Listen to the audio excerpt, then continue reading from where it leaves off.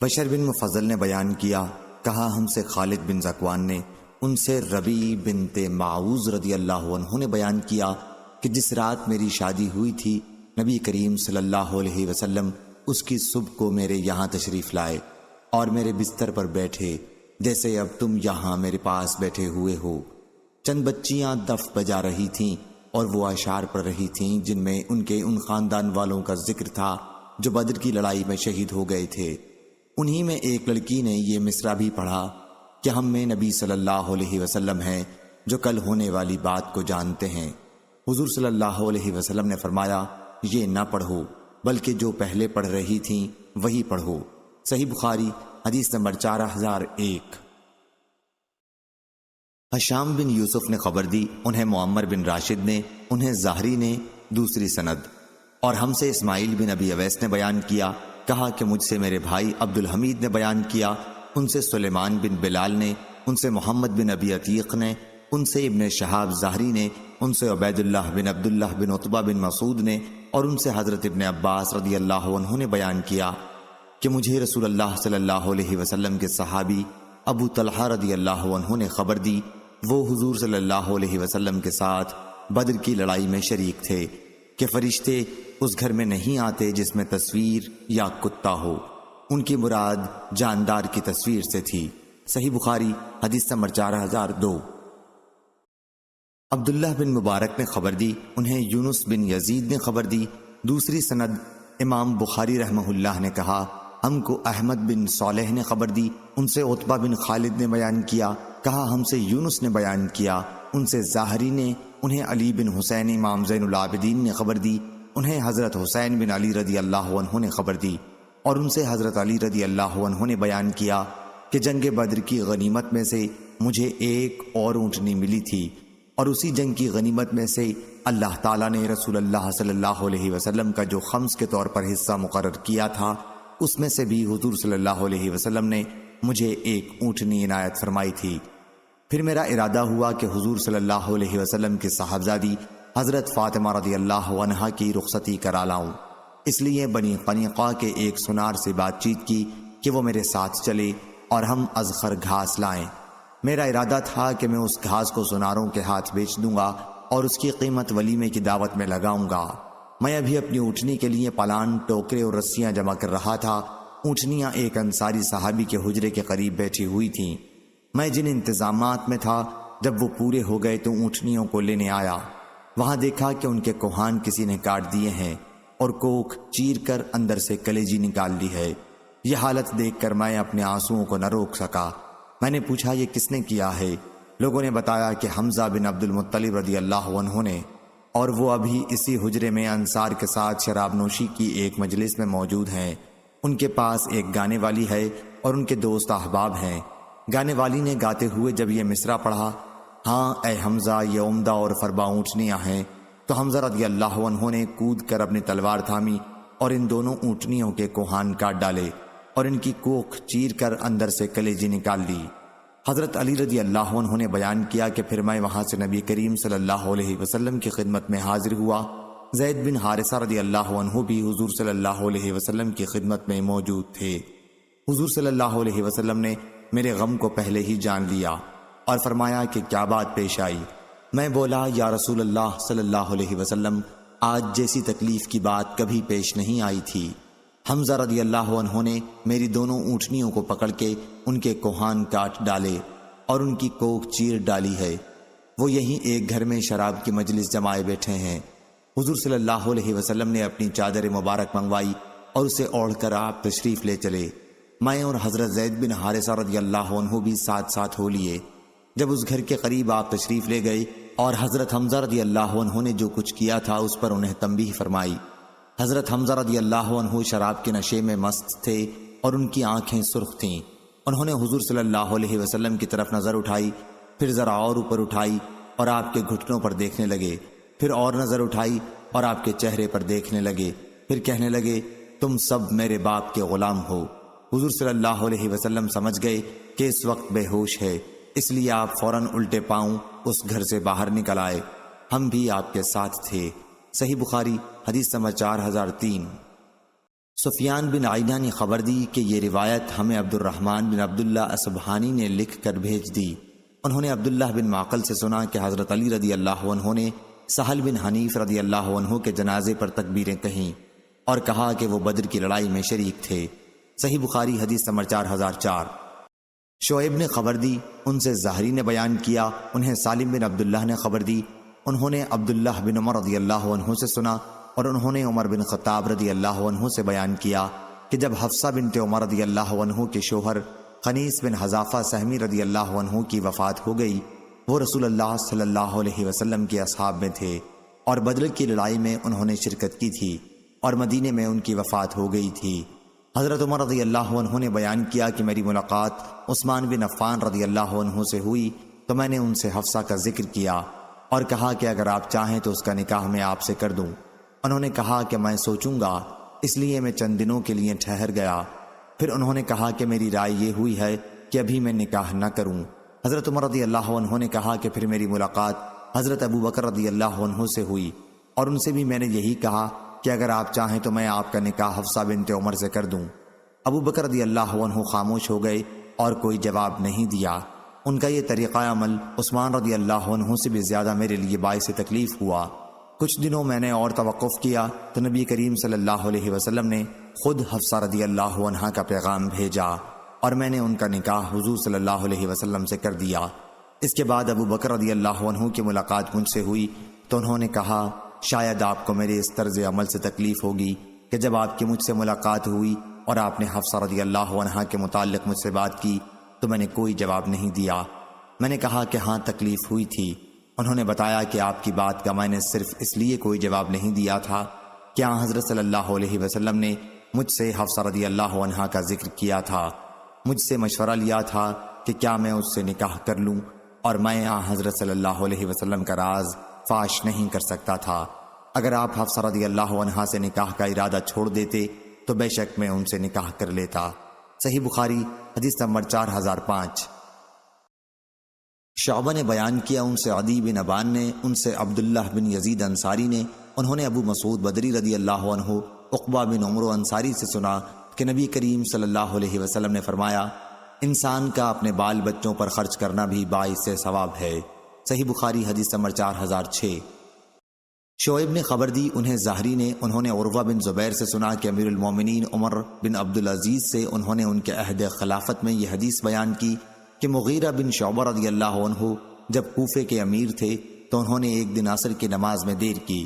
اس پر زید بن حسن کے نانا ابو مسعود عقبہ بن عمرو انصاری رضی اللہ عنہ ان کے یہاں گئے۔ وہ بدر کی لڑائی میں شریک ہونے والے صحابہ میں سے تھے اور کہا آپ کو معلوم ہے کہ حضرت جبریل علیہ السلام نماز کا طریقہ بتانے کے لیے آئے اور آپ نے نماز پڑھی اور حضور صلی اللہ علیہ وسلم نے ان کے پیچھے نماز پڑھی، 5 وقت کی نمازیں۔ پھر فرمایا کہ اسی طرح مجھے حکم ملا ہے۔ بشیر بن ابی مسعود بھی یہ حدیث اپنے والد سے بیان کرتے تھے۔ صحیح بخاری حدیث نمبر 4007۔ ابو غیوانہ نے بیان کیا، ان سے عامش نے، ان سے ابراہیم نخعی نے، ان سے عبد الرحمن بن یزید نخعی نے، ان سے علقمہ بن یسعی نے اور ان سے ابو مسعود بدری رضی اللہ عنہ نے بیان کیا کہ رسول اللہ صلی اللہ علیہ وسلم نے فرمایا سورہ بقرہ کی 2 آیاتیں آمن رسولہ سے آخر تک ایسی ہیں کہ جو شخص رات میں انہیں پڑھ لے وہ اس کے لیے کافی ہو جاتی ہیں۔ عبد الرحمن نے بیان کیا کہ پھر میں نے خود ابو مسعود رضی اللہ عنہ سے ملاقات کی، وہ اس وقت بیت اللہ کا طواف کر رہے تھے۔ میں نے ان سے اس حدیث کے متعلق پوچھا تو انہوں نے یہ حدیث مجھ سے بیان کی۔ صحیح بخاری حدیث نمبر 4008۔ لیث بن سعد نے بیان کیا، ان سے عقیل نے، ان سے ابن شہاب نے، انہیں محمود بن ربی نے خبر دی کہ حضرت عثمان بن مالک رضی اللہ عنہ جو نبی کریم صلی اللہ علیہ وسلم کے صحابی تھے اور وہ بدر میں شریک ہوئے تھے اور انصار میں سے تھے، نبی کریم صلی اللہ علیہ وسلم کی خدمت میں حاضر ہوئے۔ صحیح بخاری حدیث نمبر 4009۔ دوسری سند احمد نے بیان کیا جو صالح کے بیٹے ہیں، کہا ہم سے انبسہ ابن خالد نے بیان کیا، ان سے یونس بن یزید نے بیان کیا اور ان سے ابن شہاب نے بیان کیا کہ پھر میں نے حسین بن محمد انصاری سے جو بنی سالم کے شریف لوگوں میں سے تھے محمد بن ربی کی حدیث کے متعلق پوچھا، جس کی روایت انہوں نے عتبان بن مالک رضی اللہ عنہ سے کی تھی، تو انہوں نے بھی اس کی تصدیق کی۔ صحیح بخاری حدیث نمبر 4010۔ شعیب نے خبر دی، ان سے زہری نے بیان کیا، کہا کہ مجھے عبداللہ بن عامر بن ربیعہ رضی اللہ عنہ نے خبر دی، وہ قبیلہ بنی عدی کے سب لوگوں میں بڑے تھے، اور ان کے والد عامر بن ربیعہ بدر میں نبی کریم صلی اللہ علیہ وسلم کے ساتھ شریک تھے۔ انہوں نے بیان کیا کہ حضرت عمر رضی اللہ عنہ نے حضرت قدامہ بن مظعون کو بحرین کا عامل بنایا تھا۔ وہ قدامہ رضی اللہ عنہ بھی بدر کے معرکے میں شریک تھے، اور عبداللہ بن عمر رضی اللہ عنہ اور حفصہ رضی اللہ عنہا کے ماموں تھے۔ صحیح بخاری حدیث نمبر 4011۔ جویریہ بن اسما نے بیان کیا، ان سے امام مالک رضی اللہ عنہ نے، ان سے زہری نے، انہیں سالم بن عبداللہ نے خبر دی، بیان کیا کہ حضرت رافع بن خدیج رضی اللہ عنہ نے حضرت عبداللہ بن عمر رضی اللہ عنہ کو خبر دی کہ ان کے دو چچاؤں ظہیر اور مظہر رافع بن عدی بن زید انصاری کے بیٹوں، جنہوں نے بدر کی لڑائی میں شرکت کی تھی، نے انہیں خبر دی کہ رسول اللہ صلی اللہ علیہ وسلم نے زمین کو کرائے پر دینے سے منع کیا تھا۔ میں نے سالم سے کہا، لیکن آپ تو کرائے پر دیتے ہو؟ انہوں نے کہا، ہاں، حضرت رافع نے اپنے اوپر زیادتی کی تھی۔ صحیح بخاری حدیث نمبر 4012 4013۔ شعبہ نے بیان کیا، ان سے حسین بن عبد الرحمن نے، انہوں نے عبداللہ بن شداد بن حاد لیسی سے سنا، انہوں نے بیان کیا کہ میں نے حضرت رفاعہ بن رافع انصاری رضی اللہ عنہ کو دیکھا ہے، وہ بدر کی لڑائی میں شریک ہوئے تھے۔ صحیح بخاری حدیث نمبر 4014۔ عبداللہ بن مبارک مروزی نے خبر دی، کہا ہم کو معمر اور یونس دونوں نے خبر دی، انہیں زہری نے، انہیں عروہ بن زبیر نے خبر دی، انہیں حضرت مسعود بن مخرمہ رضی اللہ عنہ نے خبر دی کہ حضرت عمرو بن عوف رضی اللہ عنہ، جو بنی عامر بن لوی کے حلیف تھے اور بدر کی لڑائی میں نبی کریم صلی اللہ علیہ وسلم کے ساتھ شریک تھے، نے بیان کیا کہ حضور صلی اللہ علیہ وسلم نے ابو عبیدہ بن جراح رضی اللہ عنہ کو بحرین کا جزیہ لانے کے لیے بھیجا۔ حضور صلی اللہ علیہ وسلم نے بحرین والوں سے صلح کی تھی اور ان پر علا بن حضرمی رضی اللہ عنہ کو امیر بنایا تھا۔ پھر حضرت ابو عبیدہ رضی اللہ عنہ بحرین سے مال 1,00,000 درہم لے کر آئے۔ جب انصار کو ابو عبیدہ رضی اللہ عنہ کے آنے کی خبر ہوئی تو انہوں نے فجر کی نماز حضور صلی اللہ علیہ وسلم کے ساتھ پڑھی۔ حضور صلی اللہ علیہ وسلم جب نماز سے فارغ ہوئے تو تمام انصار آپ کے سامنے آئے۔ حضور صلی اللہ علیہ وسلم انہیں دیکھ کر مسکرائے اور فرمایا، میرا خیال ہے کہ تمہیں یہ اطلاع مل گئی ہے کہ ابو عبیدہ رضی اللہ عنہ مال لے کر آئے ہیں۔ انہوں نے عرض کیا، جی ہاں یا رسول اللہ۔ حضور صلی اللہ علیہ وسلم نے فرمایا، پھر تمہیں خوشخبری ہو، اور جس سے تمہیں خوشی ہوگی اس کی امید رکھو۔ اللہ کی قسم، مجھے تمہارے متعلق محتاجی سے ڈر نہیں لگتا، مجھے تو اس کا خوف ہے کہ دنیا تم پر بھی اسی طرح کشادہ کر دی جائے گی جس طرح تم سے پہلی پہلوں پر کشادہ کی گئی تھی، پھر پہلوں کی طرح اس کے لیے تم آپس میں رشک کرو گے، اور جس طرح وہ ہلاک ہو گئے تھے تمہیں بھی یہ چیز ہلاک کر کے رہے گی۔ صحیح بخاری حدیث نمبر 4015۔ جریر بن حازم نے بیان کیا، ان سے نافع نے، کہ حضرت عبداللہ بن عمر رضی اللہ عنہ ہر طرح کے سانپ کو مار ڈالا کرتے تھے۔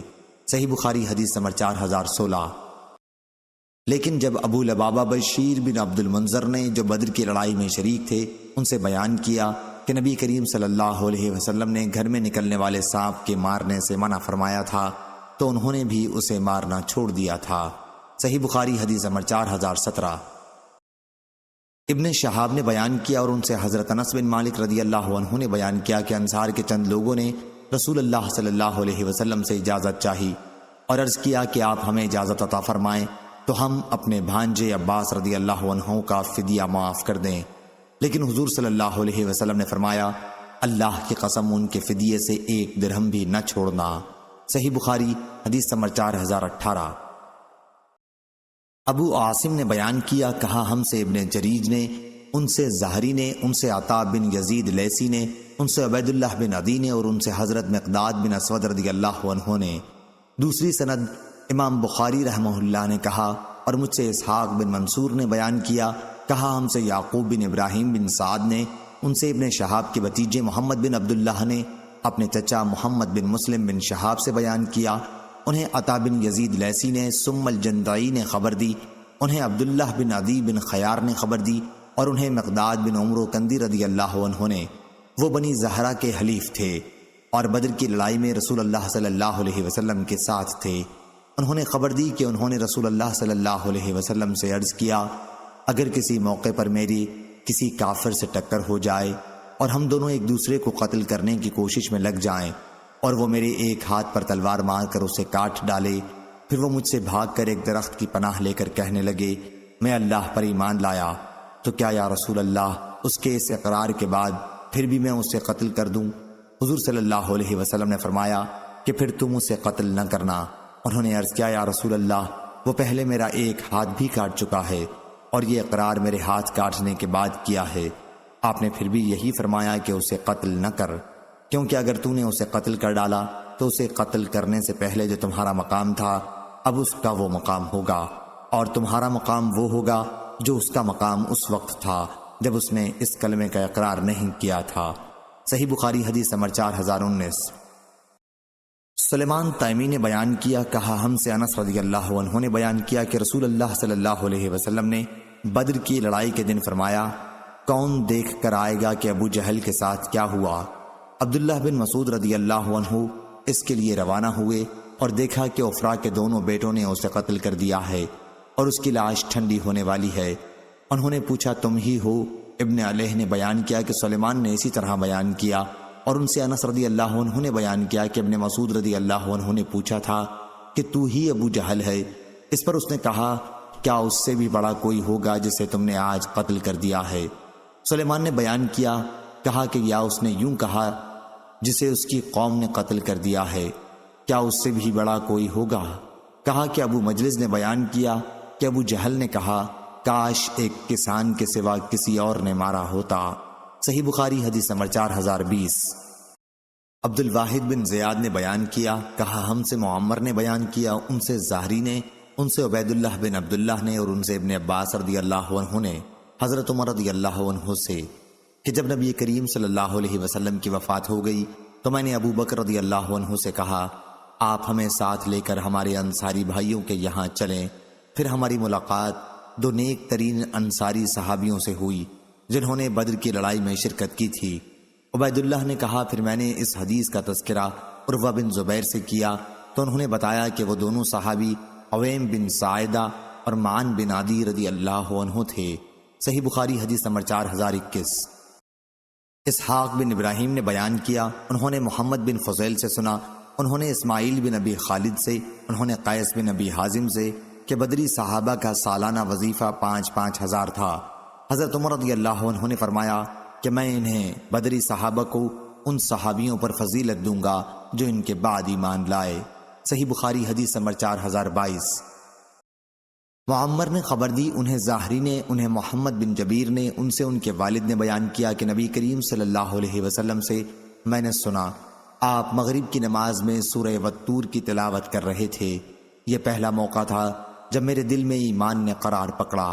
اور اسی سند سے زاہری سے مروی ہے، ان سے محمد بن جبیر بن مطعم نے اور ان سے ان کے والد جبیر بن مطعم رضی اللہ عنہ نے کہ نبی کریم صلی اللہ علیہ وسلم نے بدر کے قیدیوں کے متعلق فرمایا تھا اگر مطعم بن عدی رضی اللہ عنہ زندہ ہوتے اور ان پلیت قیدیوں کے لیے سفارش کرتے تو میں انہیں ان کے کہنے سے چھوڑ دیتا۔ صحیح بخاری حدیث نمبر 4023۔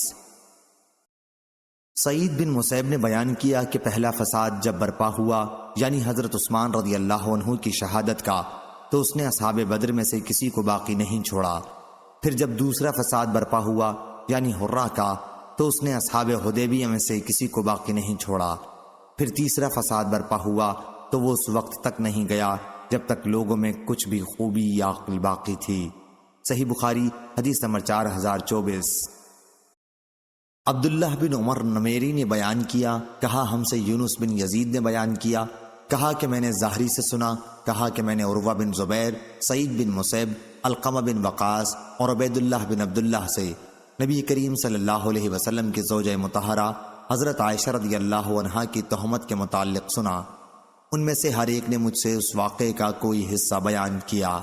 حضرت عائشہ رضی اللہ عنہا نے بیان کیا تھا کہ میں اور ام مستح باہر قضائے حاجت کو جا رہے تھے کہ ام مستح رضی اللہ عنہا اپنی چادر میں الجھ کر پھسل پڑی۔ اس پر ان کی زبان سے نکلا مستح کا برا ہو۔ میں نے کہا آپ نے اچھی بات نہیں کہی، ایک ایسے شخص کو آپ برا کہتی ہیں جو بدر میں شریک ہو چکا ہے۔ پھر انہوں نے تہمت کا واقعہ بیان کیا۔ صحیح بخاری حدیث نمبر 4025۔ فلیح بن سلیمان نے بیان کیا، ان سے موسیٰ بن عقبہ نے، اور ان سے ابن شہاب نے بیان کیا۔ یہ رسول اللہ صلی اللہ علیہ وسلم کے غزوات کا بیان تھا۔ پھر انہوں نے بیان کیا کہ جب بدر کے کفار مقتولین کنویں میں ڈالے جانے لگے تو رسول کریم صلی اللہ علیہ وسلم نے فرمایا، کیا تم نے اس چیز کو پا لیا جس کا تم سے تمہارے رب نے وعدہ کیا تھا؟ موسیٰ نے بیان کیا، ان سے نافع نے، اور ان سے عبداللہ بن عمر رضی اللہ عنہ نے، کہ اس پر حضور اکرم صلی اللہ علیہ وسلم کے چند صحابہ نے عرض کیا، یا رسول اللہ، آپ ایسے لوگوں کو آواز دے رہے ہیں جو مر چکے ہیں۔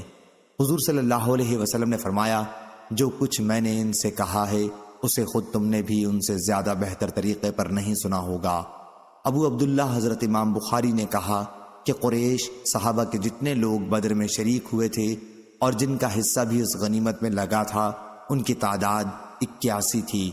عروہ بن زبیر بیان کرتے تھے کہ حضرت زبیر رضی اللہ عنہ نے کہا، میں نے ان مہاجرین کے حصے تقسیم کیے تھے اور ان کی تعداد 100 تھی، اور زیادہ بہتر علم اللہ تعالیٰ کو ہے۔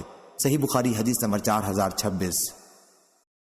حشام نے خبر دی، انہیں معمر نے، انہیں حشام بن عروہ نے، انہیں ان کے والد نے، اور ان سے حضرت زبیر رضی اللہ عنہ نے بیان کیا کہ بدر کے دن مہاجرین کے 100 حصے لگائے گئے تھے۔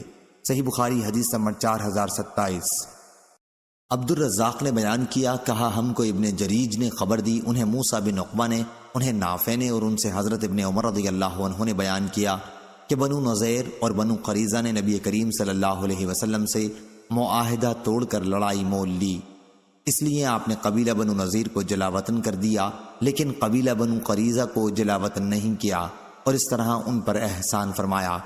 پھر بنو قریظہ نے بھی جنگ مول لی، اس لیے آپ نے ان کے مردوں کو قتل کروا دیا اور ان کی عورتوں، بچوں اور مال کو مسلمانوں میں تقسیم کر دیا۔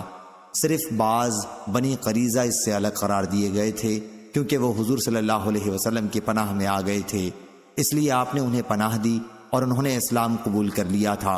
حضور اکرم صلی اللہ علیہ وسلم نے مدینے کے تمام یہودیوں کو جلا وطن کر دیا تھا، بنو قنیقہ کو بھی جو عبداللہ بن سلام رضی اللہ عنہ کا قبیلہ تھا، یہود بن حارثہ کو، اور مدینے کے تمام یہودیوں کو۔ صحیح بخاری حدیث نمبر 4028۔ یحییٰ بن حماد نے بیان کیا، کہا ہم کو ابو عوانہ نے خبر دی، انہیں ابو البشر نے، ان سے سعید بن جبیر نے بیان کیا کہ میں نے حضرت ابن عباس رضی اللہ عنہ کے سامنے کہا سورہ حشر، تو انہوں نے کہا کہ اسے سورہ نذیر کہو، کیونکہ یہ سورت بنو نذیر ہی کے بارے میں نازل ہوئی ہے۔ اس روایت کے مطابق حشیم نے ابو بشر سے کی ہے۔ صحیح بخاری حدیث نمبر 4029۔ عبداللہ بن ابی الاسود نے بیان کیا، ان سے معمر نے بیان کیا، ان سے ان کے والد نے، انہوں نے انس بن مالک رضی اللہ عنہ سے سنا، انہوں نے بیان کیا کہ انصاری صحابہ نبی کریم صلی اللہ علیہ وسلم کے لیے کچھ کھجور کے درخت مخصوص رکھتے تھے تاکہ اس کا پھل آپ کی خدمت میں بھیج دیا جائے، لیکن جب اللہ تعالیٰ نے بنو قریظہ اور بنو نذیر پر فتح عطا فرمائی تو حضور صلی اللہ علیہ وسلم ان کے پھل واپس فرما دیا کرتے تھے۔ صحیح بخاری حدیث نمبر 4030۔ لیث نے بیان کیا، ان سے نافع نے، اور ان سے حضرت ابن عمر رضی اللہ عنہ نے بیان کیا کہ نبی کریم صلی اللہ علیہ وسلم نے بنو نذیر کی کھجوروں کے باغات جلوا دیے تھے اور ان کے درختوں کو کٹوا دیا تھا۔ یہ باغات مقام بویرہ میں تھے۔ اس پر یہ آیت نازل ہوئی، جو درخت تم نے کاٹ دیے ہیں یا جنہیں تم نے چھوڑ دیا ہے کہ وہ اپنی جڑوں پر کھڑے رہے تو یہ اللہ کے حکم سے ہوا ہے۔ صحیح بخاری حدیث نمبر 4031۔ اسحاق نے بیان کیا، کہا ہم کو حبان نے خبر دی، انہیں جویریہ بن اسما نے، انہیں نافع نے، انہیں ابن عمر رضی اللہ عنہ نے، کہ نبی کریم صلی اللہ علیہ وسلم نے بنو نذیر کے باغات جلوا دیے تھے۔ انہوں نے کہا کہ حسان بن ثابت رضی اللہ عنہ نے اسی کے متعلق یہ شعر کہا تھا۔ ترجمہ: بنو لوئی قریش کے سرداروں نے بڑی آسانی کے ساتھ برداشت کر لیا مقام بویرہ میں اس آگ کو جو پھیل رہی تھی۔ بیان کیا کہ پھر اس کا جواب ابو سفیان بن حارث نے ان اشعار میں دیا: خدا کرے کہ مدینے میں ہمیشہ یوں ہی آگ لگتی رہے اور اس کے اطراف میں یوں ہی شعلے اٹھتے رہیں، تمہیں جلد ہی معلوم ہو جائے گا کہ ہم میں سے کون اس مقام بویرہ سے دور ہے، اور تمہیں معلوم ہو جائے گا کہ کس کی زمین کو نقصان پہنچتا ہے۔ صحیح بخاری حدیث نمبر 4032۔ ابو الیمان نے بیان کیا، کہا ہم کو شعیب نے خبر دی، ان سے زہری نے بیان کیا، انہیں مالک بن اوس بن حدسان نصری نے خبر دی کہ عمر بن خطاب رضی اللہ عنہ نے انہیں بلایا تھا۔ وہ ابھی امیر المومنین کی خدمت میں موجود تھے کہ امیر المومنین کے چوکیدار یرفع آئے اور عرض کیا کہ عثمان بن عفان اور عبد الرحمن بن عوف، زبیر بن عوام اور سعد بن ابی وقاص رضی اللہ عنہم اندر آنا چاہتے ہیں، کیا آپ کی طرف سے انہیں اجازت ہے؟ امیر المومنین نے فرمایا کہ ہاں، انہیں اندر بلا لو۔ تھوڑی دیر بعد یرفع پھر آئے اور عرض کیا، حضرت عباس اور علی رضی اللہ عنہ بھی اجازت چاہتے ہیں، کیا انہیں اندر آنے کی اجازت ہے؟ آپ نے فرمایا کہ ہاں۔ جب یہ بھی دونوں بزرگ اندر تشریف لے آئے تو عباس رضی اللہ عنہ نے کہا، امیر المومنین، میرا اور ان علی رضی اللہ عنہ کا فیصلہ کر دیجئے۔ وہ دونوں اس جائیداد کے بارے میں جھگڑ رہے تھے جو اللہ تعالیٰ نے اپنے رسول صلی اللہ علیہ وسلم کو مال بنو نذیر سے فے کے طور پر دی تھی۔ اس موقع پر علی اور عباس نے ایک دوسرے کو سخت سست کہا اور ایک دوسرے پر تنقید کی تو حاضرین بولے، امیر المومنین، آپ ان دونوں بزرگوں کا فیصلہ کر دیں تاکہ دونوں میں کوئی جھگڑا نہ رہے۔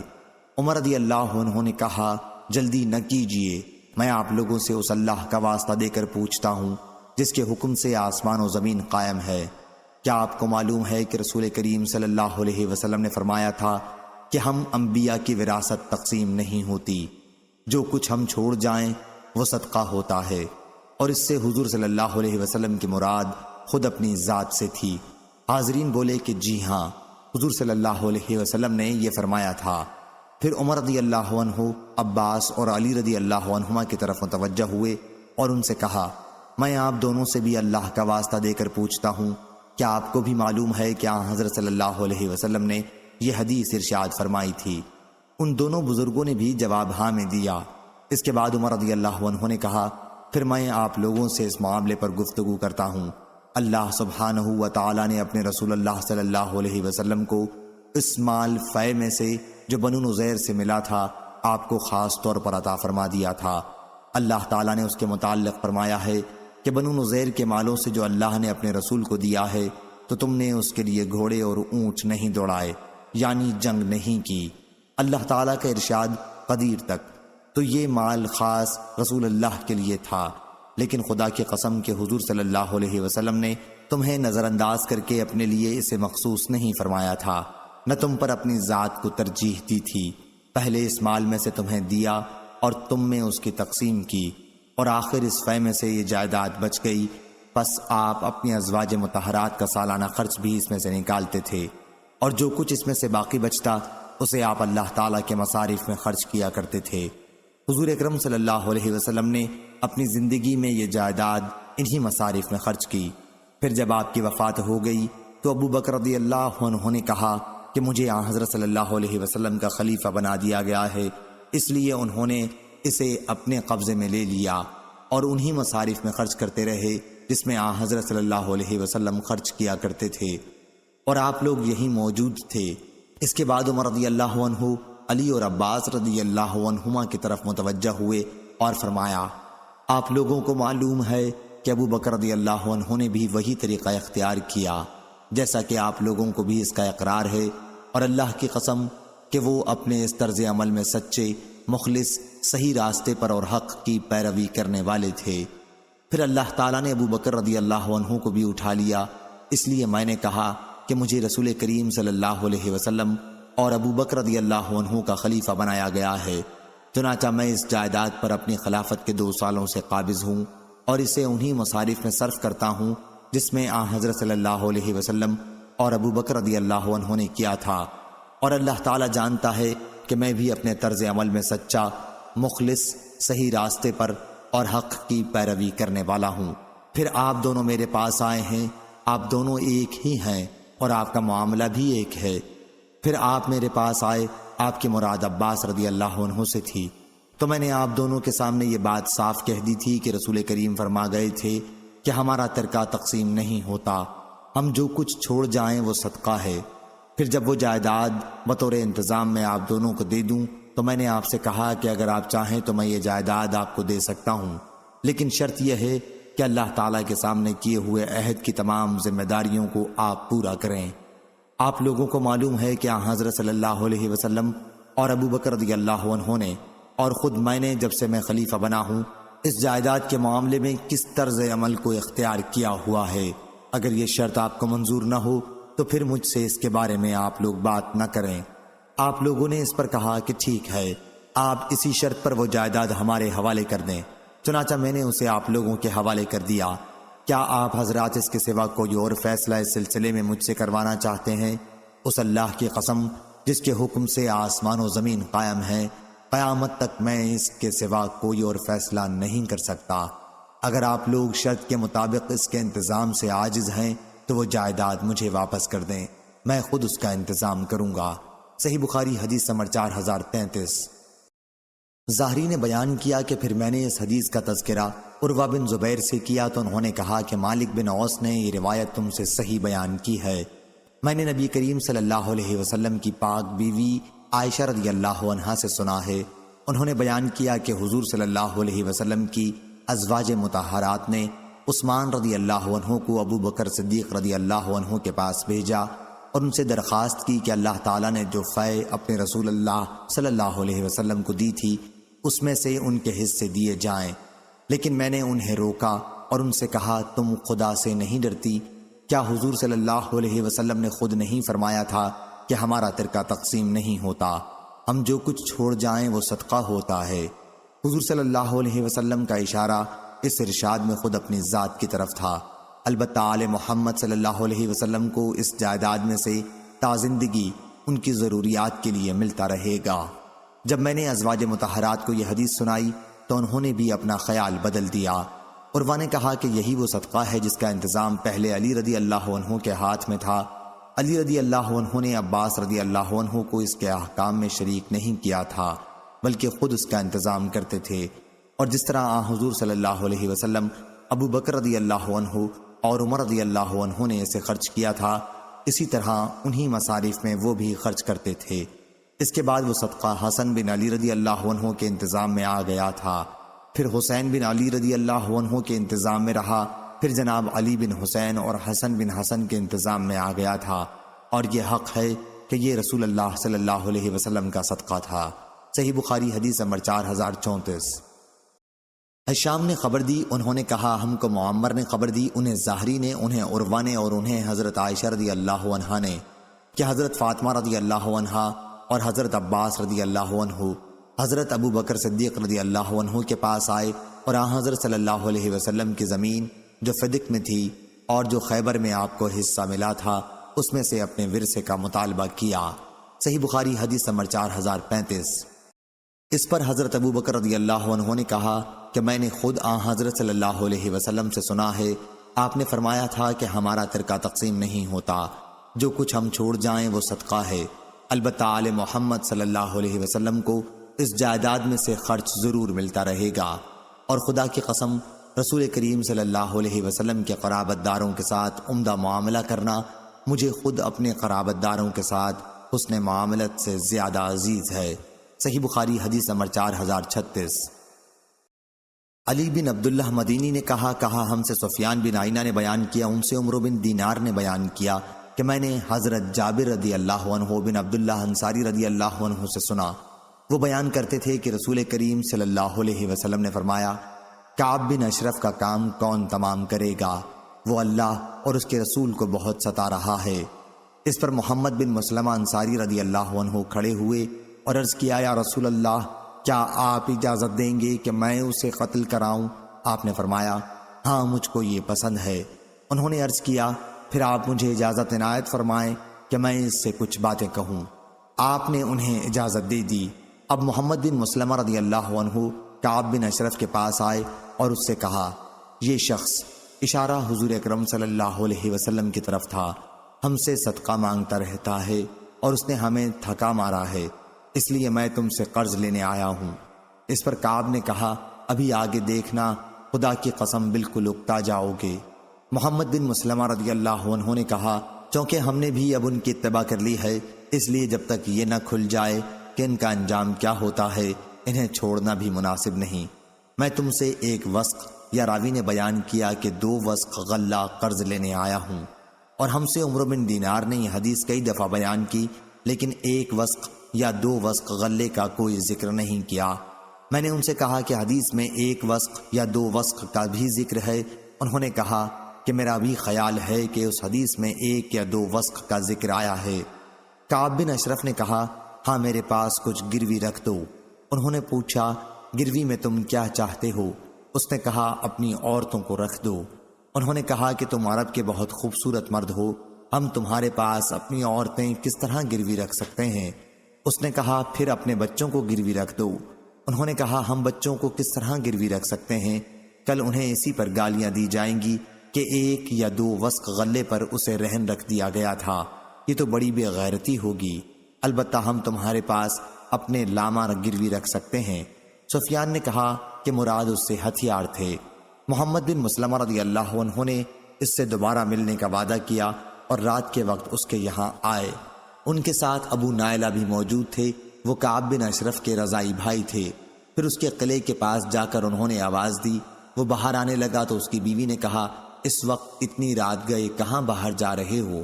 اس نے کہا وہ تو محمد بن مسلمہ اور میرا بھائی ابو نائلہ ہے۔ عمروں کے سوا دوسرے راوی نے بیان کیا کہ اس کی بیوی نے اس سے کہا تھا کہ مجھے تو یہ آواز ایسی لگتی ہے جیسے اس سے خون ٹپک رہا ہو۔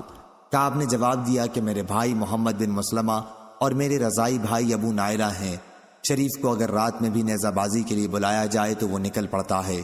راوی نے بیان کیا کہ جب محمد بن مسلمہ اندر گئے تو ان کے ساتھ 2 آدمی اور تھے۔ سفیان سے پوچھا گیا کہ کیا عمرو بن دینار نے ان کے نام بھی لیے تھے؟ انہوں نے بتایا کہ بعض کا نام دیا تھا۔ عمرو نے بیان کیا کہ وہ آئے تو ان کے ساتھ 2 آدمی اور تھے، اور عمرو بن دینار کے سوا راوی نے ابو حبس بن جبر، حارث بن عوس اور عباد بن بشر نام بتائے تھے۔ عمرو نے بیان کیا کہ وہ اپنے ساتھ 2 آدمیوں کو لائے تھے اور انہیں یہ ہدایت کی تھی کہ جب کعب آئے تو میں اس کے سر کے بال ہاتھ میں لے لوں گا اور اسے سونگھنے لگوں گا۔ جب تمہیں اندازہ ہو جائے کہ میں نے اس کا سر پوری طرح اپنے قبضے میں لے لیا ہے تو پھر تم تیار ہو جانا اور اسے قتل کر ڈالنا۔ عمروں نے ایک مرتبہ بیان کیا کہ پھر میں اس کا سر سونگھوں گا۔ آخر کعب چادر لپیٹے ہوئے باہر آیا، اس کے جسم سے خوشبو پھوٹی پڑتی تھی۔ محمد بن مسلمہ رضی اللہ عنہ نے کہا آج سے زیادہ عمدہ خوشبو میں نے کبھی نہیں سونگھی تھی۔ عمروں کے سوا دوسرے راوی نے بیان کیا کہ کعب اس پر بولا میرے پاس عرب کی وہ عورت ہے جو ہر وقت عطر میں بسی رہتی ہے اور حسن و جمال میں بھی اس کی کوئی نظیر نہیں۔ عمروں نے بیان کیا کہ محمد بن مسلمہ رضی اللہ عنہ نے اس سے کہا کیا تمہارے سر کو سونگھنے کی مجھے اجازت ہے؟ اس نے کہا سونگھ سکتے ہو۔ راوی نے بیان کیا کہ محمد بن مسلمہ رضی اللہ عنہ نے اس کا سر سونگھا اور ان کے بعد ان کے ساتھیوں نے بھی سونگھا۔ پھر انہوں نے کہا کیا دوبارہ سونگھنے کی اجازت ہے؟ اس نے اس مرتبہ بھی اجازت دے دی۔ پھر جب محمد بن مسلمہ رضی اللہ عنہ نے اسے پوری طرح اپنے قابو میں کر لیا تو اپنے ساتھیوں کو اشارہ کیا کہ تیار ہو جاؤ، چنانچہ انہوں نے اسے قتل کر دیا اور حضور صلی اللہ علیہ وسلم کی خدمت میں حاضر ہو کر اس کی اطلاع دی۔ صحیح بخاری حدیث نمبر 4037۔ یحییٰ بن آدم نے بیان کیا، ان سے یحییٰ بن ابی زائرہ نے، انہوں نے اپنے والد زکریا بن ابی زائدہ سے، ان سے ابو اسحاق سبیعی نے بیان کیا، ان سے برا بن عازب رضی اللہ عنہ نے بیان کیا۔ انہوں نے کہا کہ آن حضرت صلی اللہ علیہ وسلم نے داہنہ آدمیوں کو ابو رافع کے پاس بھیجا، من جملہ ان کے عبداللہ بن عتیق رات کو اس کے گھر میں گھسے، وہ سو رہا تھا، اسے قتل کیا۔ صحیح بخاری حدیث نمبر 4038۔ عبید اللہ بن موسیٰ نے بیان کیا، ان سے اسرائیل نے، ان سے ابو اسحاق نے اور ان سے برا بن عازب رضی اللہ عنہ نے بیان کیا کہ رسول اللہ صلی اللہ علیہ وسلم نے ابو رافع یہودی کے قتل کے لیے چند انصاری صحابہ کو بھیجا اور عبداللہ بن عتیق رضی اللہ عنہ کو ان کا امیر بنایا۔ یہ ابو رافع حضور اکرم صلی اللہ علیہ وسلم کو ایذا دیا کرتا تھا اور آپ کے دشمنوں کی مدد کیا کرتا تھا۔ حجاز میں اس کا ایک قلعہ تھا اور وہیں وہ رہا کرتا تھا۔ جب اس کے قلعے کے قریب یہ پہنچے تو سورج غروب ہو چکا تھا اور لوگ اپنے مویشی لے کر اپنے گھروں کو واپس ہو چکے تھے۔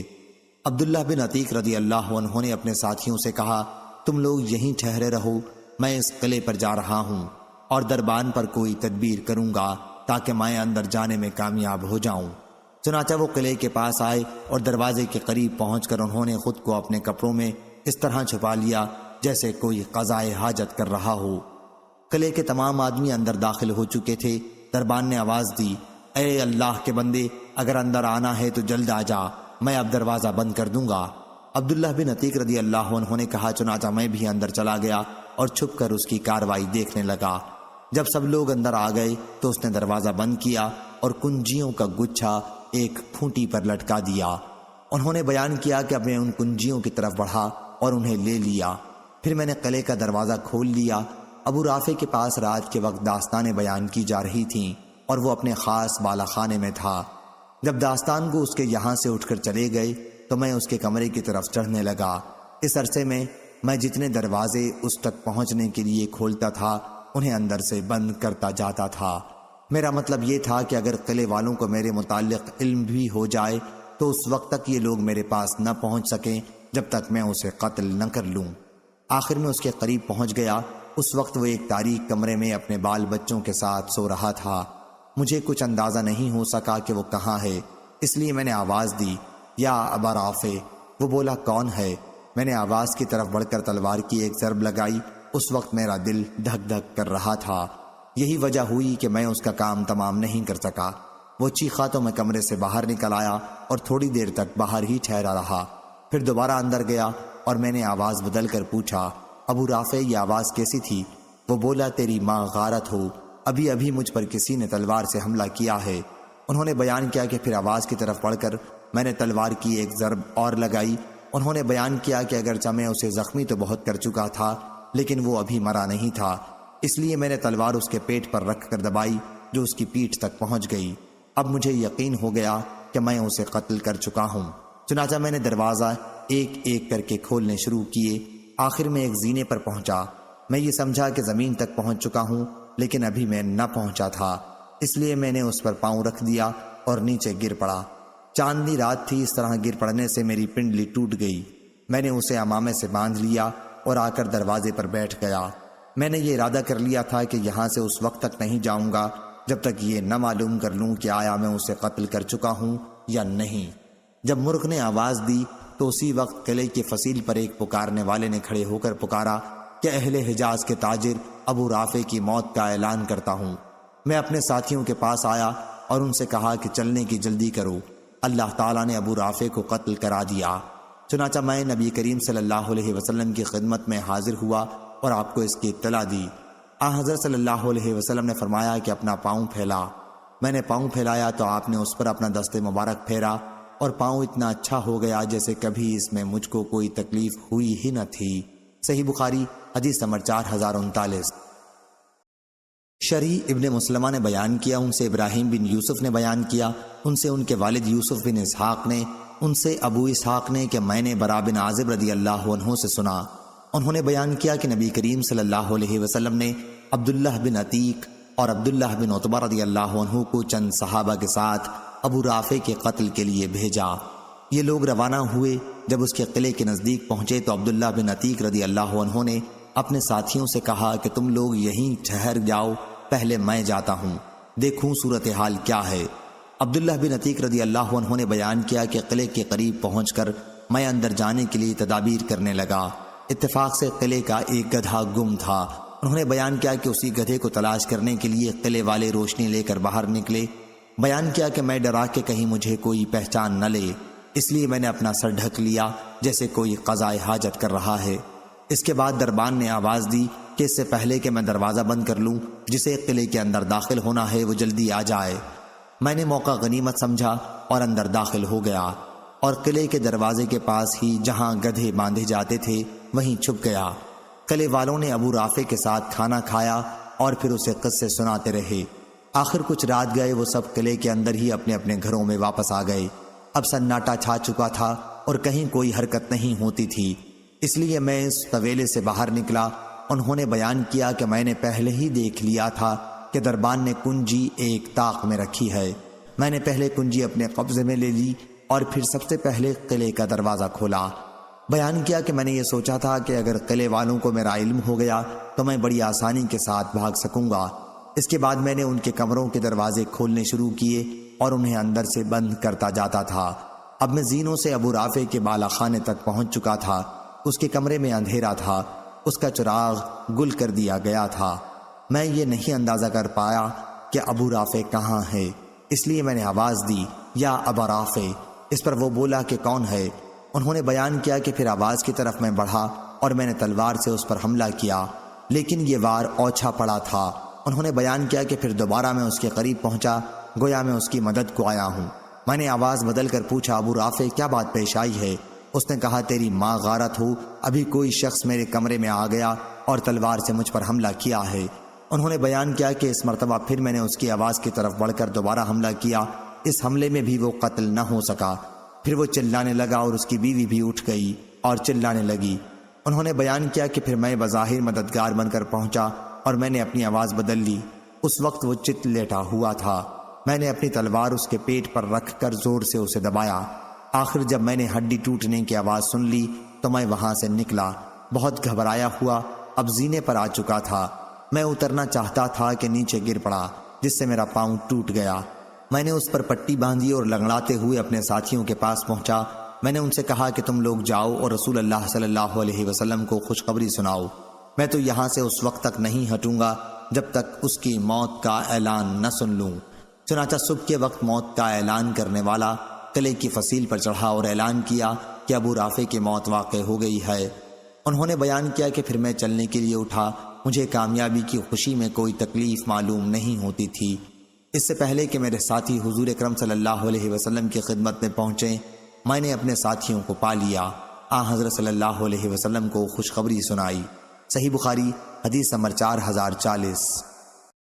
عبد الوہاب نے خبر دی، انہوں نے کہا ہم سے خالد نے بیان کیا، ان سے اکرمہ نے بیان کیا اور ان سے حضرت عبداللہ بن عباس رضی اللہ عنہ نے بیان کیا کہ نبی کریم صلی اللہ علیہ وسلم نے غزوہ احد کے موقع پر فرمایا، یہ حضرت جبریل علیہ السلام ہیں، ہتھیار بند، اپنے گھوڑے کی لگام تھامے ہوئے۔ صحیح بخاری حدیث نمبر 4041۔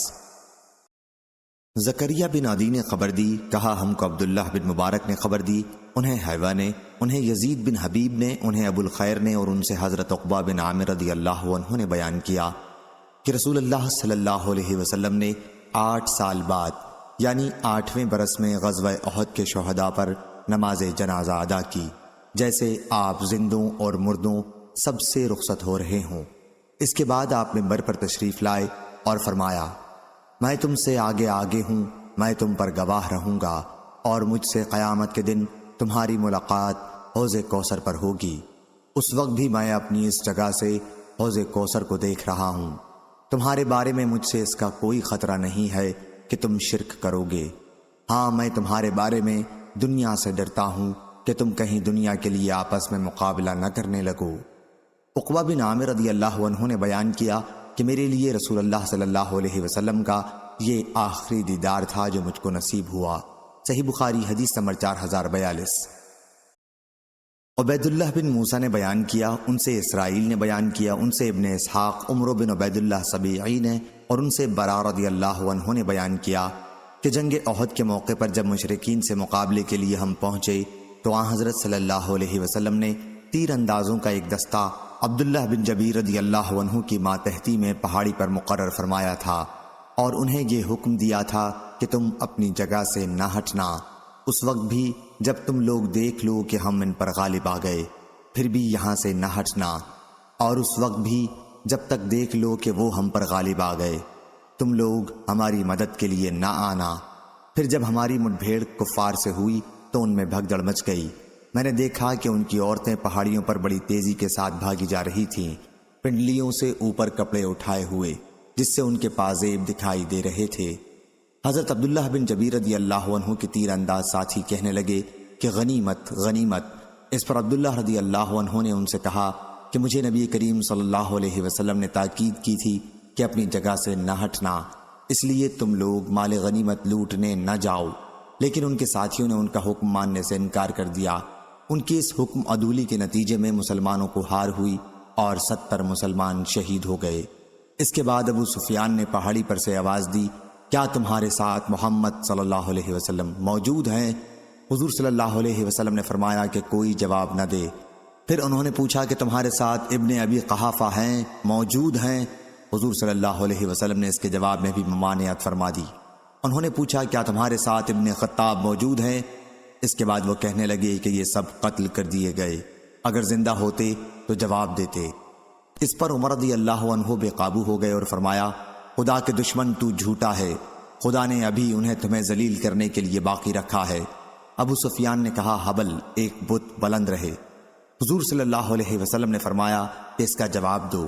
صحابہ رضی اللہ عنہم نے عرض کیا کہ ہم کیا جواب دیں؟ آپ نے فرمایا کہ کہو اللہ سب سے بلند ہے اور بزرگ و برتر ہے۔ ابو سفیان نے کہا ہمارے پاس عزا بت ہے اور تمہارے پاس کوئی عزا نہیں۔ آپ نے فرمایا اس کا جواب دو۔ صحابہ رضی اللہ عنہ نے عرض کیا کیا جواب دیں؟ آپ نے فرمایا کہ کہو اللہ ہمارا حامی اور مددگار ہے اور تمہارا کوئی حامی نہیں۔ ابو سفیان نے کہا آج کا دن بدر کے دن کا بدلہ ہے اور لڑائی کی مثال ڈول کی ہوتی ہے، کبھی ہمارے ہاتھ میں اور کبھی تمہارے ہاتھ میں۔ تم اپنے مقتولین میں کچھ لاشوں کا مسئلہ کیا ہوا پاؤ گے۔ میں نے اس کا حکم نہیں دیا تھا لیکن مجھے برا نہیں معلوم ہوا۔ صحیح بخاری حدیث نمبر 4043۔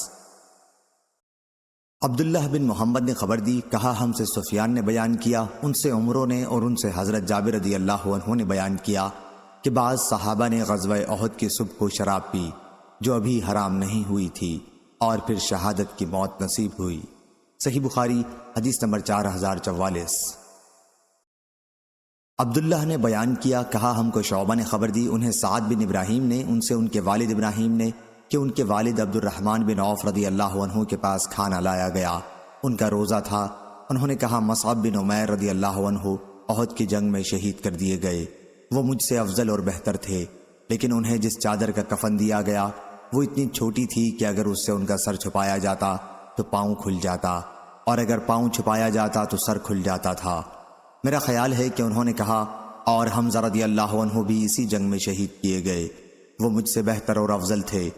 پھر جیسا کہ تم دیکھ رہے ہو ہمارے لیے دنیا میں کشادگی دی گئی، یا انہوں نے یہ کہا کہ پھر جیسا کہ تم دیکھتے ہو ہمیں دنیا دی گئی، ہمیں تو اس کا ڈر ہے کہ کہیں یہی ہماری نیکیوں کا بدلہ نہ ہو جو اسی دنیا میں ہمیں دیا جا رہا ہے۔ اس کے بعد آپ اتنا روئے کہ کھانا نہ کھا سکے۔ صحیح بخاری حدیث نمبر 4045۔ سفیان بن عینہ نے بیان کیا، ان سے عمرو بن دینار نے، انہوں نے حضرت جابر بن عبداللہ انصاری رضی اللہ عنہ سے سنا، انہوں نے بیان کیا کہ ایک صحابی نے نبی کریم صلی اللہ علیہ وسلم سے غزوہ احد کے موقع پر پوچھا یا رسول اللہ اگر میں قتل کر دیا گیا تو میں کہاں جاؤں گا؟ حضور اکرم صلی اللہ علیہ وسلم نے فرمایا کہ جنت میں۔ انہوں نے کھجور پھینک دی جو ان کے ہاتھ میں تھی اور لڑنے لگے یہاں تک کہ شہید ہو گئے۔ صحیح بخاری حدیث نمبر 4046۔ زہیر بن معاویہ نے بیان کیا، ان سے عامش نے بیان کیا، ان سے شفیق بن مسلمہ نے اور ان سے خباب بن علارت رضی اللہ عنہ نے بیان کیا کہ ہم نے رسول اللہ صلی اللہ علیہ وسلم کے ساتھ ہجرت کی تھی، ہمارا مقصد صرف اللہ کی رضا تھی، اس کا ثواب اللہ کے ذمے تھا۔ پھر ہم میں سے بعض لوگ تو وہ تھے جو گزر گئے اور کوئی اجر انہوں نے اس دنیا میں نہیں دیکھا، انہی میں سے مصعب بن عمیر رضی اللہ عنہ بھی تھے۔ احد کی لڑائی میں انہوں نے شہادت پائی تھی، ایک دھاری دار چادر کے سوا اور کوئی چیز ان کے پاس نہیں تھی اور وہی ان کا کفن بنی۔ جب ہم اس سے ان کا سر چھپاتے تو پاؤں کھل جاتے اور پاؤں چھپاتے تو سر کھل جاتا۔ حضور صلی اللہ علیہ وسلم نے فرمایا کہ سر چادر سے چھپا دو اور پاؤں پر ازخر گھاس ڈال دو، یا حضور نے یہ الفاظ فرمائے تھے القو علی رجلہ من الازخر بجائے وجعلوا علی رجلہ الازخر۔ اور ہم میں بعض وہ تھے جنہیں ان کے اس عمل کا بدلہ اسی دنیا میں مل رہا ہے اور وہ اس سے فائدہ اٹھا رہے ہیں۔ صحیح بخاری حدیث نمبر 4047۔ حمید طویل نے بیان کیا اور ان سے انس رضی اللہ عنہ نے کہ ان کے چچا انس بن نضر بدر کی لڑائی میں شریک نہ ہو سکے تھے۔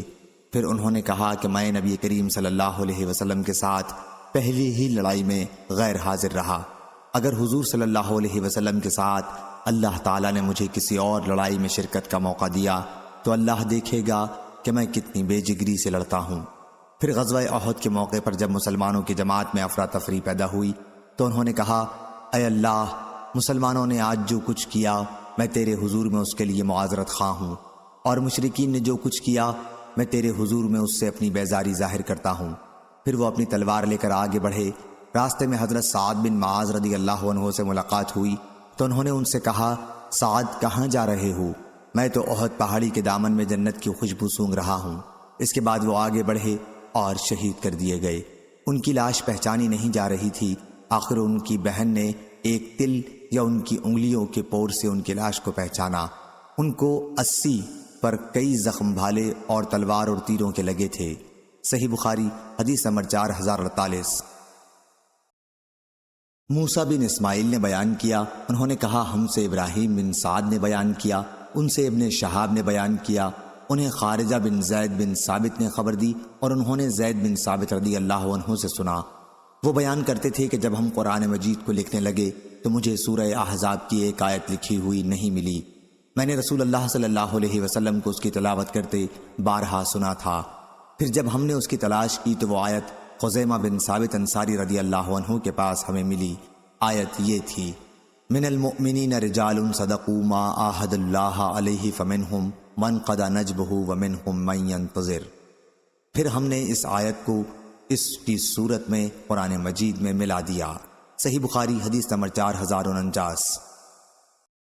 شعبہ نے بیان کیا، ان سے عدی بن ثابت نے میں نے عبداللہ بن یزید سے سنا، وہ زید بن ثابت رضی اللہ عنہ سے بیان کرتے تھے کہ انہوں نے بیان کیا، جب نبی کریم صلی اللہ علیہ وسلم غزوہ احد کے لیے نکلے تو کچھ لوگ جو آپ کے ساتھ تھے منافقین بہانہ بنا کر واپس لوٹ گئے۔ پھر صحابہ کی ان واپس ہونے والے منافقین کے بارے میں دو رائے ہو گئی تھیں۔ ایک جماعت تو کہتی تھی ہمیں پہلے ان سے جنگ کرنی چاہیے، اور دوسری جماعت کہتی تھی کہ ان سے ہمیں جنگ نہ کرنی چاہیے۔ اس پر آیت نازل ہوئی، پس تمہیں کیا ہو گیا ہے کہ منافقین کے بارے میں تمہاری دو جماعتیں ہو گئی ہیں، حالانکہ اللہ تعالیٰ نے ان کے بداعمال کی وجہ سے انہیں کفر کی طرف لوٹا دیا ہے۔ اور حضور اکرم صلی اللہ علیہ وسلم نے فرمایا کہ مدینہ طیبہ ہے، سرکشوں کو یہ اس طرح اپنے سے دور کر دیتا ہے جیسے آگ کی بھٹی چاندی کی میل کچیل کو دور کر دیتی ہے۔ صحیح بخاری حدیث نمبر 4050۔ محمد بن یوسف نے بیان کیا، کہا ہم سے ابن آئینہ نے بیان کیا، ان سے عمروں نے، ان سے جابر رضی اللہ عنہ نے بیان کیا کہ یہ آیت ہمارے بارے میں نازل ہوئی تھی، اذ ہمت طائفتان منکم ان تفشلا، سورہ آل عمران آیت نمبر 122، یعنی بنی حارثہ اور بنی سلمہ کے بارے میں میری یہ خواہش نہیں ہے کہ یہ آیت نازل نہ ہوتی، جبکہ اللہ آگے فرما رہا ہے کہ اور اللہ ان دونوں جماعتوں کا مددگار تھا۔ صحیح بخاری حدیث نمبر 4051۔ سفیان بن آئینہ نے بیان کیا، کہا ہم کو عمرو بن دینار نے خبر دی اور ان سے حضرت جابر بن عبداللہ انصاری رضی اللہ عنہ نے بیان کیا کہ رسول اللہ صلی اللہ علیہ وسلم نے مجھ سے دریافت فرمایا، جابر کیا نکاح کر لیا؟ میں نے عرض کیا جی ہاں۔ حضرت صلی اللہ علیہ وسلم نے فرمایا، کماری سے یا بیوہ سے؟ میں نے عرض کیا کہ بیوہ سے۔ حضور صلی اللہ علیہ وسلم نے فرمایا، کسی کماری لڑکی سے کیوں نہ کیا جو تمہارے ساتھ کھیلا کرتی؟ میں نے عرض کیا، یا رسول اللہ، میرے والد احد کی لڑائی میں شہید ہو گئے، 9 لڑکیاں چھوڑیں، پس میری 9 بہنیں موجود ہیں، اس لیے میں نے مناسب نہیں خیال کیا کہ انہی جیسی ناتجربہ کار لڑکی انہی کے پاس لا کر بٹھا دوں، بلکہ ایک ایسی عورت لاؤں جو ان کی دیکھ بھال کر سکے اور ان کی صفائی و ستھرائی کا خیال رکھے۔ حضور صلی اللہ علیہ وسلم نے فرمایا کہ تم نے اچھا کیا۔ صحیح بخاری حدیث نمبر 4052۔ احمد بن ابی شریح نے بیان کیا، کہا ہم کو عبید اللہ بن موسیٰ نے خبر دی، ان سے شیبان نے بیان کیا، ان سے فراس نے، ان سے شعبی نے بیان کیا کہ میں نے جابر بن عبداللہ رضی اللہ عنہ سے سنا کہ ان کے والد عبداللہ رضی اللہ عنہ احد کی لڑائی میں شہید ہو گئے تھے اور قرض چھوڑ گئے تھے، اور 6 لڑکیاں بھی۔ جب درختوں سے کھجور اتارے جانے کا وقت قریب آیا تو انہوں نے بیان کیا کہ میں نبی کریم صلی اللہ علیہ وسلم کی خدمت میں حاضر ہوا، جیسا کہ حضور صلی اللہ علیہ وسلم کے علم میں ہے، میرے والد صاحب احد کی لڑائی میں شہید ہو گئے اور قرض چھوڑ گئے ہیں۔ میں جانتا تھا کہ قرض خواہ آپ کو دیکھ لیں اور کچھ نرمی برتیں۔ حضور صلی اللہ علیہ وسلم نے فرمایا، جاؤ اور ہر قسم کی کھجور کا الگ الگ ڈھیر لگا لو۔ میں نے حکم کے مطابق عمل کیا اور پھر آپ کو بلانے گیا۔ جب قرض خواہوں نے آپ کو دیکھا تو جیسے اس وقت مجھ پر اور زیادہ بھڑک اٹھے، کیونکہ وہ یہودی تھے۔ حضور صلی اللہ علیہ وسلم نے جب ان کا یہ طرز عمل دیکھا تو آپ پہلے سب سے بڑے ڈھیر کے چاروں طرف 3 مرتبہ گھومے، اس کے بعد اس پر بیٹھ گئے اور فرمایا اپنے قرض خواہوں کو بلا لاؤ۔ حضور صلی اللہ علیہ وسلم برابر انہیں ناپ کے دیتے رہے، یہاں تک کہ اللہ تعالیٰ نے میرے والد کی طرف سے ان کی ساری امانت ادا کر دی۔ میں اس پر خوش تھا کہ اللہ تعالیٰ میرے والد کی امانت ادا کرا دے اور میں اپنی بہنوں کے لیے ایک کھجور بھی نہ لے جاؤں، لیکن اللہ تعالیٰ نے تمام دوسرے ڈھیر بچا دیے، بلکہ اس ڈھیر کو بھی جب میں نے دیکھا جس پر حضور صلی اللہ علیہ وسلم بیٹھے ہوئے تھے کہ جیسے اس میں سے ایک کھجور کا دانہ بھی کم نہیں ہوا۔ صحیح بخاری حدیث نمبر 4053۔ ابراہیم بن سعد نے بیان کیا ان سے ان کے باپ نے ان کے دادا سے کہ سعد بن ابی وقاص رضی اللہ عنہ نے بیان کیا، غزوہ احد کے موقع پر میں نے رسول اللہ صلی اللہ علیہ وسلم کو دیکھا اور آپ کے ساتھ 2 اور اصحاب یعنی جبرائیل اور میکائیل انسانی صورت میں آئے ہوئے تھے۔ وہ آپ کو اپنی حفاظت میں لے کر کفار سے بڑی سختی سے لڑ رہے تھے۔ ان کے جسم پر سفید کپڑے تھے، میں نے انہیں نہ اس سے پہلے کبھی دیکھا تھا اور نہ اس کے بعد کبھی دیکھا۔ صحیح بخاری حدیث نمبر 4054۔ مروان بن معاویہ نے بیان کیا، کہا ہم سے ہاشم بن ہاشم سعدی نے بیان کیا، کہا میں نے سعید بن مسیب سے سنا، انہوں نے بیان کیا کہ میں نے سعد بن ابی وقاص رضی اللہ عنہ سے سنا۔ وہ بیان کرتے تھے کہ غزوہ احد کے موقع پر رسول کریم صلی اللہ علیہ وسلم نے اپنے ترکش کے تیر مجھے نکال کر دیے اور فرمایا، خوب تیر برسائے جا، میرے ماں باپ تم پر فدا ہوں۔ صحیح بخاری حدیث نمبر 4055۔ یحییٰ نے بیان کیا، ان سے یحییٰ بن سعید نے بیان کیا، انہوں نے کہا میں نے سعید بن مسیب سے سنا، انہوں نے بیان کیا کہ میں نے سعد بن ابی وقاص رضی اللہ عنہ سے سنا۔ وہ بیان کرتے تھے کہ غزوہ احد کے موقع پر رسول اللہ صلی اللہ علیہ وسلم نے میری ہمت افزائی کے لیے اپنے والد اور والدہ دونوں کو جمع فرمایا کہ میرے ماں باپ تم پر فدا ہوں۔ صحیح بخاری حدیث نمبر 4056۔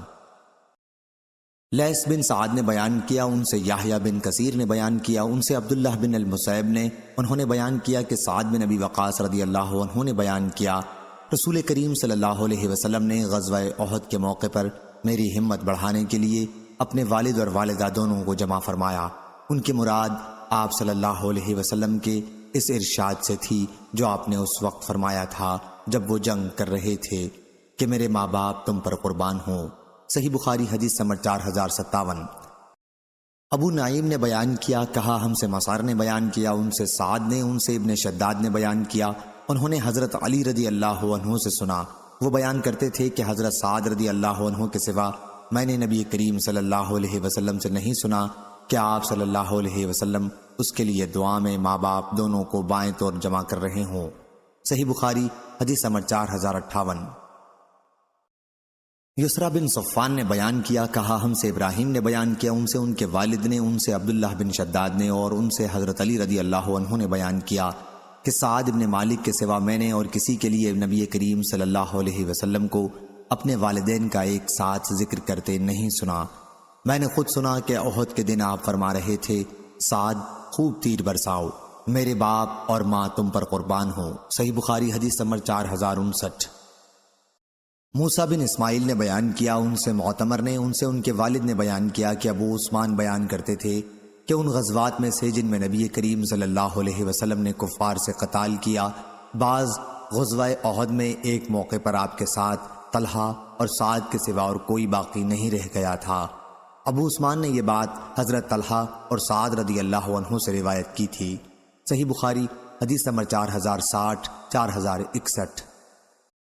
عبداللہ بن ابی الاسود نے بیان کیا، کہا ہم سے حاتم بن اسماعیل نے بیان کیا، ان سے محمد بن یوسف نے بیان کیا، انہوں نے کہا کہ میں نے صائب بن یزید سے سنا، وہ فرماتے ہیں کہ میں عبد الرحمن بن عوف، طلحہ بن عبید اللہ، مقداد بن اسود اور سعد بن ابی وقاص رضی اللہ عنہ کی صحبت میں رہا ہوں، لیکن میں نے ان حضرات میں سے کسی کو نبی کریم صلی اللہ علیہ وسلم سے کوئی حدیث بیان کرتے نہیں سنا، صرف طلحہ رضی اللہ عنہ سے غزوہ احد کے متعلق حدیث سنی تھی۔ صحیح بخاری حدیث نمبر 4062۔ وکی نے بیان کیا، ان سے اسماعیل نے، ان سے قیس نے بیان کیا کہ میں نے حضرت طلحہ رضی اللہ عنہ کا وہ ہاتھ دیکھا جو شل ہو چکا تھا، اس ہاتھ سے انہوں نے غزوہ احد کے دن نبی کریم صلی اللہ علیہ وسلم کی حفاظت کی تھی۔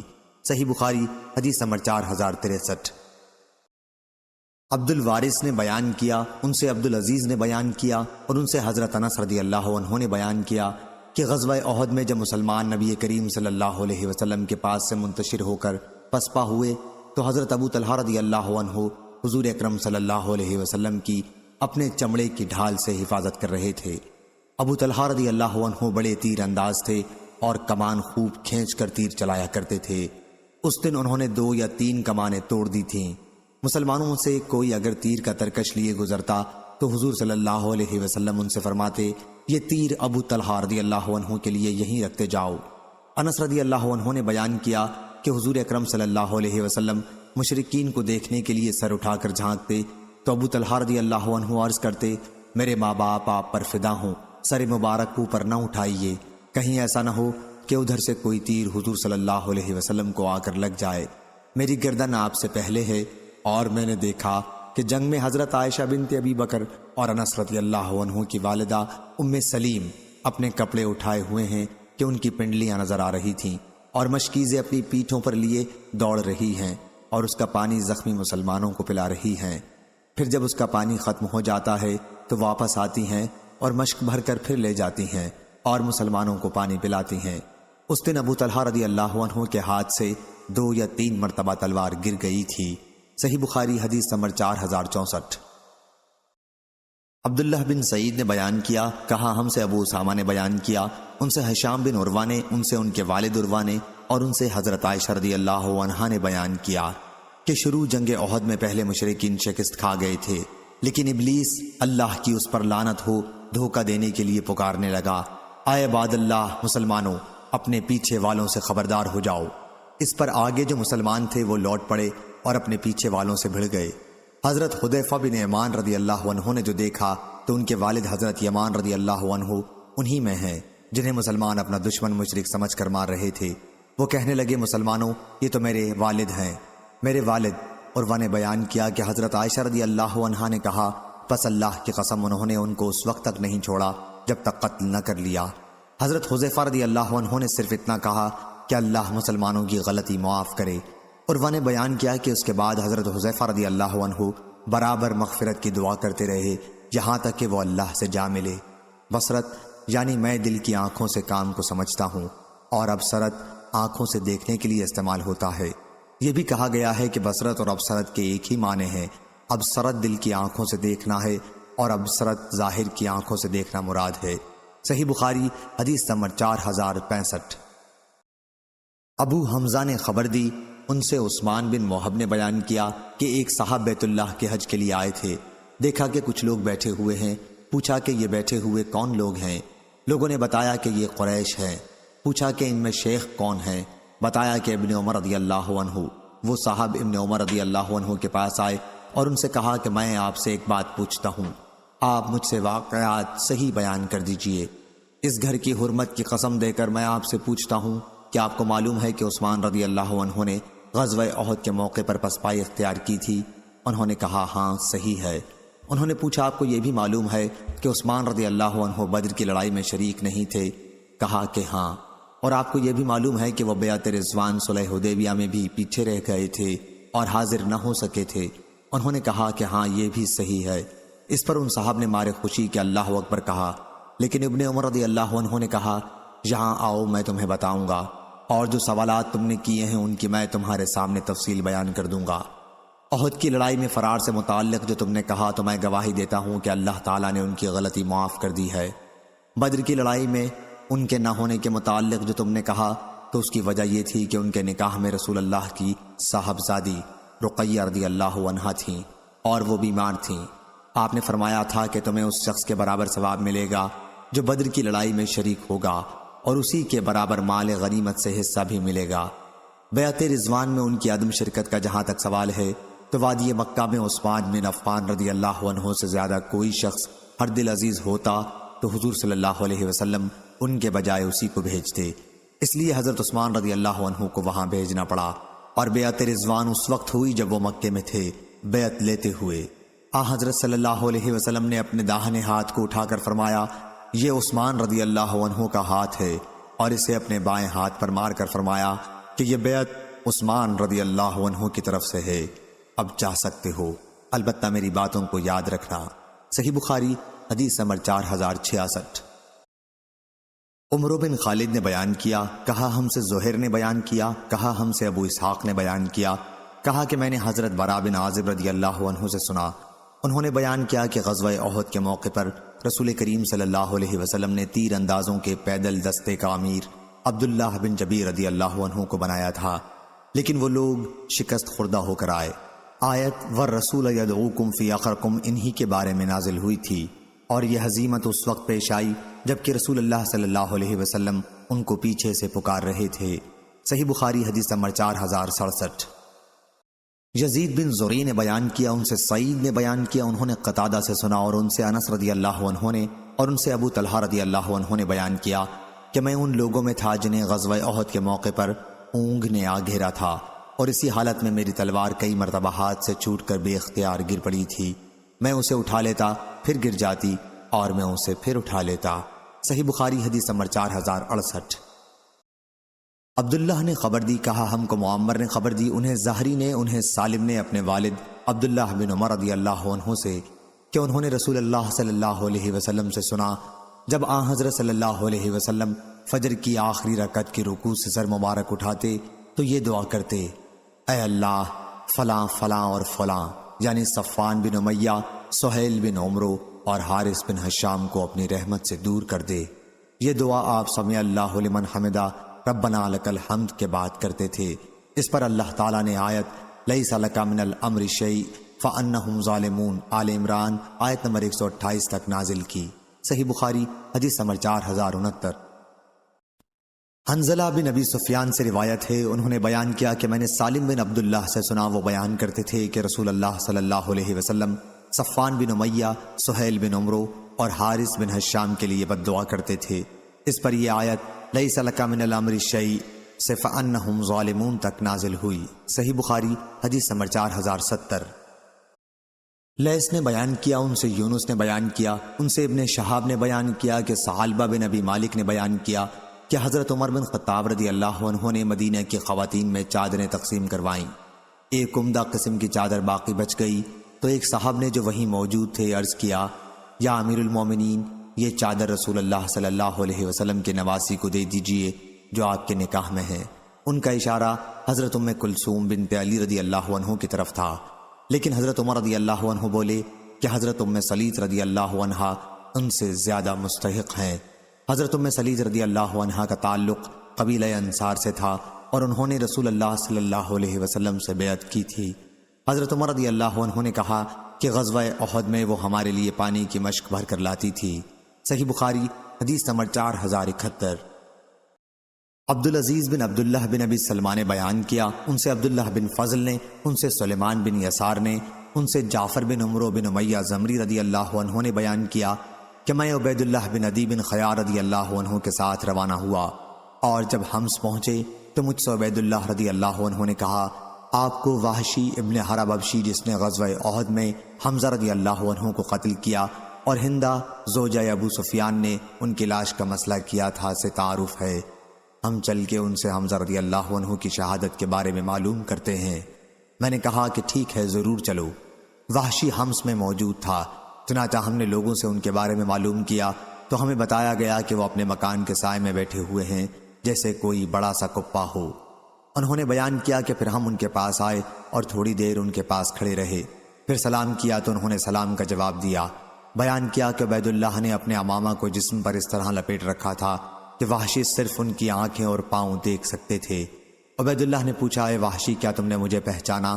راوی نے بیان کیا کہ پھر اس نے عبید اللہ کو دیکھا اور کہا کہ نہیں، خدا کی قسم، البتہ میں اتنا جانتا ہوں کہ عدی بن خیار نے ایک عورت سے نکاح کیا تھا، اسے ام قتال بنت ابی العیس کہا جاتا تھا۔ پھر مکے میں اس کے یہاں ایک بچہ پیدا ہوا اور میں اس کے لیے کسی اناج کی تلاش کے لیے گیا تھا، پھر میں اس بچے کو اس کی رضائی ماں کے پاس لے گیا اور اس کی والدہ بھی ساتھ تھی، غالباً میں نے تمہارے پاؤں دیکھے تھے۔ بیان کیا کہ اس پر عبید اللہ بن عدی رضی اللہ عنہ نے اپنے چہرے سے کپڑا ہٹا لیا اور کہا، ہمیں تم حمزہ رضی اللہ عنہ کی شہادت کے واقعات بتا سکتے ہو؟ انہوں نے کہا کہ ہاں۔ بات یہ ہوئی کہ بدر کی لڑائی میں حضرت حمزہ رضی اللہ عنہ نے طعیمہ بن عدی بن خیار کو قتل کیا تھا۔ میرے آقا جبیر بن مطعم نے مجھ سے کہا کہ اگر تم نے حمزہ رضی اللہ عنہ کو میرے چچا طعیمہ کے بدلے میں قتل کر دیا تو تم آزاد ہو جاؤ گے۔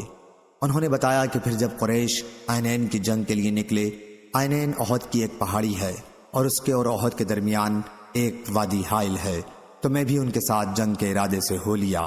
جب دونوں فوجیں آمنے سامنے لڑنے کے لیے صف آرا ہوئیں تو قریش کی صف میں سے صبا بن عبد العزا نکلا اور اس نے آواز دی، ہے کوئی لڑنے والا؟ بیان کیا کہ اس کی اس دعوت مبارزت پر امیر حمزہ بن عبد المطلب رضی اللہ عنہ نکل کر آئے اور فرمایا، اے صبا، اے ام انمار کے بیٹے جو عورتوں کے ختنے کیا کرتی تھی، تو اللہ اور اس کے رسول سے لڑنے آیا ہے۔ بیان کیا کہ پھر حمزہ رضی اللہ عنہ نے اس پر حملہ کیا اور اسے قتل کر دیا۔ اب وہ واقعہ گزرے ہوئے دن کی طرح ہو چکا تھا۔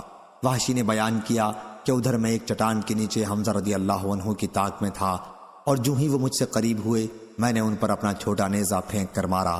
نیزہ ان کی ناف کے نیچے جا کر لگا اور ان کی سیرین کے پار ہو گیا۔ بیان کیا کہ یہی ان کی شہادت کا سبب بنا۔ پھر قریش واپس ہوئے تو میں بھی ان کے ساتھ واپس آ گیا اور مکے میں مقیم رہا، لیکن جب مکہ بھی اسلامی سلطنت کے تحت آ گیا تو میں طائف چلا گیا۔ طائف والوں نے رسول اللہ صلی اللہ علیہ وسلم کی خدمت میں ایک قاصد بھیجا تو مجھ سے وہاں کے لوگوں نے کہا کہ انبیاء کسی پر زیادتی نہیں کرتے، اس لیے تم مسلمان ہو جاؤ، اسلام قبول کرنے کے بعد تمہاری پچھلی تمام غلطیاں معاف ہو جائیں گی۔ چنانچہ میں بھی ان کے ساتھ روانہ ہوا۔ جب آن حضرت صلی اللہ علیہ وسلم کی خدمت میں پہنچا اور آپ نے مجھے دیکھا تو دریافت فرمایا، کیا تمہارا ہی نام وحشی ہے؟ میں نے عرض کیا کہ جی ہاں۔ حضور صلی اللہ علیہ وسلم نے فرمایا، کیا تم ہی نے حمزہ رضی اللہ عنہ کو قتل کیا تھا؟ میں نے عرض کیا، جو آن حضرت صلی اللہ علیہ وسلم کو اس معاملے میں معلوم ہے وہی صحیح ہے۔ حضور نے اس پر فرمایا، کیا تم ایسا کر سکتے ہو کہ اپنی صورت مجھے کبھی نہ دکھاؤ؟ انہوں نے بیان کیا کہ پھر میں وہاں سے نکل گیا۔ پھر حضور صلی اللہ علیہ وسلم کی جب وفات ہوئی تو مسلمہ کذاب نے خروج کیا۔ اب میں نے سوچا کہ مجھے مسلمہ کذاب کے خلاف جنگ میں ضرور شرکت کرنی چاہیے، ممکن ہے میں اسے قتل کر دوں اور اس طرح حمزہ رضی اللہ عنہ کے قتل کا کچھ بدل ہو سکے۔ انہوں نے بیان کیا کہ پھر میں بھی اس کے خلاف جنگ کے لیے مسلمانوں کے ساتھ نکلا۔ اس سے جنگ کے واقعات سب کو معلوم ہیں۔ بیان کیا کہ میدان جنگ میں نے دیکھا کہ ایک شخص مسلمہ ایک دیوار کی دراز سے لگا کھڑا ہے، جیسے گندمی رنگت کا کوئی اونٹ ہو، سر کے بال پریشان تھے۔ بیان کیا کہ میں نے اس پر بھی اپنا چھوٹا نیزہ پھینک کر مارا، نیزہ اس کے سینے پر لگا اور شانوں کو پار کر گیا۔ بیان کیا کہ اتنے میں ایک صحابی انصاری جھپٹے اور تلوار سے اس کی کھوپڑی پر مارا۔ عبدالعزیز بن عبداللہ نے بیان کیا، ان سے عبداللہ بن فضل نے بیان کیا کہ پھر مجھے سلیمان بن یسار نے خبر دی اور انہوں نے عبداللہ بن عمر رضی اللہ عنہ سے سنا۔ وہ بیان کر رہے تھے کہ مسلمہ کے قتل کے بعد ایک لڑکی نے چھت پر کھڑی ہو کر اعلان کیا کہ امیر المومنین کو ایک کالے غلام یعنی حضرت وحشی نے قتل کر دیا۔ صحیح بخاری حدیث نمبر 4072۔ عبدالرزاق نے بیان کیا، ان سے معمر نے، ان سے حمام نے اور انہوں نے ابو ہریرہ رضی اللہ عنہ سے سنا۔ انہوں نے بیان کیا کہ رسول اللہ صلی اللہ علیہ وسلم نے فرمایا، اللہ تعالیٰ کا غضب اس قوم پر انتہائی سخت ہوا جس نے اس کے نبی کے ساتھ یہ کیا۔ آپ کا اشارہ آگے کے دندان مبارک کے ٹوٹ جانے کی طرف تھا۔ اللہ تعالیٰ کا غضب اس شخص ابی بن خلف پر انتہائی سخت ہوا جسے اس کے نبی صلی اللہ علیہ وسلم نے اللہ کے راستے میں قتل کیا۔ صحیح بخاری حدیث نمبر 4073۔ یحییٰ بن سعید اموی نے بیان کیا، کہا ہم سے ابن جریج نے بیان کیا، ان سے عمرو بن دینار نے بیان کیا، ان سے اکرمہ نے اور ان سے حضرت عبداللہ بن عباس رضی اللہ عنہ نے بیان کیا کہ اللہ تعالیٰ کا اس شخص پر انتہائی غضب نازل ہوا جسے اللہ کے نبی صلی اللہ علیہ وسلم نے قتل کیا تھا۔ اللہ تعالیٰ کا انتہائی غضب اس قوم پر نازل ہوا جنہوں نے اللہ کے نبی صلی اللہ علیہ وسلم کے چہرہ مبارک کو غزوہ احد کے موقع پر خون آلود کر دیا تھا۔ صحیح بخاری حدیث نمبر 4074۔ قتیبہ بن سعید نے بیان کیا، کہا ہم سے یعقوب نے بیان کیا، ان سے ابو حازم نے اور انہوں نے سہل بن سعد رضی اللہ عنہ سے سنا، ان سے نبی کریم صلی اللہ علیہ وسلم کے غزوہ احد کے موقع پر ہونے والے زخموں کے متعلق پوچھا گیا تو انہوں نے بیان کیا کہ اللہ کی قسم مجھے اچھی طرح یاد ہے کہ رسول اللہ صلی اللہ علیہ وسلم کے زخموں کو کس نے دھویا تھا اور کون ان پر پانی ڈال رہا تھا اور کس دوا سے آپ کا علاج کیا گیا۔ انہوں نے بیان کیا کہ حضرت فاطمہ رضی اللہ عنہا رسول اللہ صلی اللہ علیہ وسلم کی صاحبزادی خون کو دھو رہی تھیں، حضرت علی رضی اللہ عنہ ڈھال سے پانی ڈال رہے تھے۔ جب حضرت فاطمہ رضی اللہ عنہا نے دیکھا کہ پانی ڈالنے سے خون اور زیادہ نکلا آ رہا ہے تو انہوں نے چٹائی کا ایک ٹکڑا لے کر جلایا اور پھر اسے زخم پر چپکا دیا جس سے خون کا آنا بند ہو گیا۔ اسی دن حضرت صلی اللہ علیہ وسلم کے آگے کے دندان مبارک شہید ہوئے تھے۔ حضور صلی اللہ علیہ وسلم کا چہرہ مبارک بھی زخمی ہو گیا تھا اور خود سر مبارک پر ٹوٹ گئی تھی۔ صحیح بخاری حدیث نمبر 4075۔ ابو عاصم نے بیان کیا، کہا ہم سے ابن جریج نے بیان کیا، ان سے عمرو بن دینار نے، ان سے اکرمہ نے اور ان سے حضرت عبداللہ بن عباس رضی اللہ عنہ نے بیان کیا کہ اللہ تعالیٰ کا انتہائی غضب اس شخص پر نازل ہوا جسے اللہ کے نبی نے قتل کیا تھا۔ اللہ تعالیٰ کا انتہائی غضب اس شخص پر نازل ہوا جس نے یعنی عبداللہ بن قمیہ نے لعنت اللہ علیہ رسول اللہ صلی اللہ علیہ وسلم کے چہرے مبارک کو خونا خون کیا تھا۔ صحیح بخاری حدیث نمبر 4076۔ ابو معاویہ نے بیان کیا، ان سے حشام نے بیان کیا، ان سے ان کے والد نے اور ان سے حضرت عائشہ رضی اللہ عنہ نے کہ آیت وہ لوگ جنہوں نے اللہ اور اس کے رسول کی آواز پر لبیک کہا، انہوں نے عروہ سے اس آیت کے متعلق کہا، میرے بھانجے تمہارے والد زبیر رضی اللہ عنہ اور نانا ابو بکر رضی اللہ عنہ بھی انہی میں سے تھے۔ احد کی لڑائی میں رسول اللہ صلی اللہ علیہ وسلم کو جو کچھ تکلیف پہنچنی تھی جب وہ پہنچی اور مشرکین واپس جانے لگے تو حضرت صلی اللہ علیہ وسلم کو اس کا خطرہ ہوا کہیں وہ پھر لوٹ کر حملہ نہ کریں، اس لیے آپ نے فرمایا کہ ان کا پیچھا کرنے کون کون جائیں گے۔ اس وقت 70 صحابہ رضی اللہ عنہم تیار ہو گئے۔ راوی نے بیان کیا کہ حضرت ابو بکر رضی اللہ عنہ اور حضرت زبیر رضی اللہ عنہ بھی انہی میں سے تھے۔ صحیح بخاری حدیث نمبر 4077۔ معاذ بن حشام نے بیان کیا، کہا کہ مجھ سے میرے والد نے بیان کیا، ان سے قتادہ نے بیان کیا کہ عرب کے تمام قبائل میں کوئی قبیلہ انصار کے مقابلے میں اس عزت کو حاصل نہیں کر سکا کہ اس کے سب سے زیادہ آدمی شہید ہوئے، اور وہ قبیلہ قیامت کے دن سب سے زیادہ عزت کے ساتھ اٹھے گا۔ حضرت انس بن مالک رضی اللہ عنہ نے ہم سے بیان کیا کہ غزوہ احد میں قبیلہ انصار کے 70 آدمی شہید ہوئے، بار معونہ کے حادثے میں اس کے 70 آدمی شہید ہوئے، اور یمامہ کی لڑائی میں اس کے 70 آدمی شہید ہوئے۔ راوی نے بیان کیا، بار معونہ کا واقعہ رسول اللہ صلی اللہ علیہ وسلم کے وقت میں پیش آیا تھا، اور یمامہ کی جنگ ابو بکر رضی اللہ عنہ کے عہد خلافت میں ہوئی تھی جو مسلمہ کذاب سے لڑی گئی تھی۔ صحیح بخاری حدیث نمبر 4078۔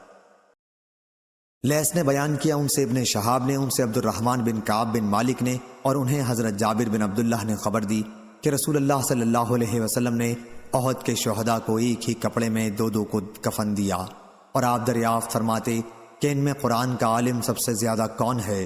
جب کسی ایک کی طرف اشارہ کر کے آپ کو بتایا جاتا تو لحد میں آپ انہی کو آگے فرماتے۔ آپ نے فرمایا کہ قیامت کے دن میں ان سب پر گواہ رہوں گا۔ پھر آپ نے تمام شہداء کو خون سمیت دفن کرنے کا حکم فرما دیا، اور ان کی نماز جنازہ نہیں پڑھی اور نہ انہیں غسل دیا گیا۔ صحیح بخاری حدیث نمبر 4079۔ ابو الولید نے بیان کیا، ان سے شعبہ نے، ان سے ابن المنقدر نے، انہوں نے حضرت جابر رضی اللہ عنہ سے سنا، انہوں نے بیان کیا کہ میرے والد حضرت عبداللہ رضی اللہ عنہ شہید کر دیے گئے تو میں رونے لگا اور بار بار ان کے چہرے سے کپڑا ہٹاتا۔ صحابہ مجھ کو روکتے تھے لیکن رسول اللہ صلی اللہ علیہ وسلم نے نہیں روکا۔ فاطمہ بنت عمرو رضی اللہ عنہا حضرت عبداللہ کی بہن بھی رونے لگیں۔ حضرت صلی اللہ علیہ وسلم نے ان سے فرمایا کہ رو مت۔ حضور صلی اللہ علیہ وسلم نے لا تبکیا یا ما تکبیا فرمایا۔ راوی کو شک ہو گیا، فرشتے برابر ان کی لاش پر اپنے پروں کا سایہ کیے ہوئے تھے یہاں تک کہ ان کو اٹھا لیا گیا۔ صحیح بخاری حدیث نمبر 4080۔ ابو اسامہ نے بیان کیا، ان سے یزید بن عبداللہ بن ابی بردہ نے، ان سے ان کے دادا ابو بردہ نے، اور ان سے موسیٰ اشعری رضی اللہ عنہ نے کہ نبی کریم صلی اللہ علیہ وسلم نے فرمایا، میں نے خواب میں دیکھا کہ میں نے تلوار کو ہلایا اور اس سے اس کی دھار ٹوٹ گئی۔ اس کی تعبیر مسلمانوں کے اس نقصان کی شکل میں ظاہر ہوئی جو غزوہ احد میں اٹھانا پڑا تھا۔ پھر میں نے دوبارہ اس تلوار کو ہلایا تو پھر وہ اس سے بھی زیادہ عمدہ ہو گئی جیسی پہلے تھی۔ اس کی تعبیر اللہ تعالیٰ نے فتح اور مسلمانوں کے پھر ازسر نو اجتماع کی صورت میں ظاہر کی۔ میں نے اسی خواب میں ایک گائے دیکھی تھی جو ذبح ہو رہی تھی، اور اللہ تعالیٰ کے تمام کام خیر و برکت لیے ہوئے ہوتے ہیں۔ اس کی تعبیر وہ مسلمان تھے جو احد کی لڑائی میں شہید ہوئے۔ صحیح بخاری حدیث نمبر 4081۔ زہیر نے بیان کیا، کہا ہم سے عامش نے بیان کیا، ان سے شقیق نے اور ان سے خباب رضی اللہ عنہ نے بیان کیا کہ ہم نے نبی کریم صلی اللہ علیہ وسلم کے ساتھ ہجرت کی اور ہمارا مقصد اس سے صرف اللہ تعالیٰ کی رضامندی حاصل کرنا تھا۔ ضروری تھا کہ اللہ تعالیٰ ہمیں اس پر ثواب دیتا۔ اب بعض لوگ تو وہ تھے جو اللہ سے جا ملے اور دنیا میں انہوں نے اپنا کوئی ثواب نہیں دیکھا۔ مصعب بن عمیر رضی اللہ عنہ بھی انہی میں سے تھے۔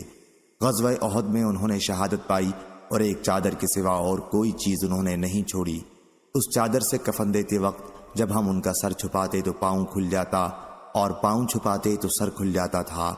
آپ صلی اللہ علیہ وسلم نے ہم سے فرمایا کہ چادر سے سر چھپا دو اور پاؤں پر اذخر گھاس ڈال دو، یا آپ نے یوں فرمایا کہ القوا علی رجلہ من الاذخر، یعنی ان کے پیروں پر اذخر گھاس ڈال دو۔ دونوں جملوں کا مطلب ایک ہی ہے، اور ہم میں بعض وہ ہیں جنہیں ان کے اس عمل کا پھل اسی دنیا میں دے دیا گیا اور وہ اس سے خوب فائدہ اٹھا رہے ہیں۔ صحیح بخاری حدیث نمبر 4082۔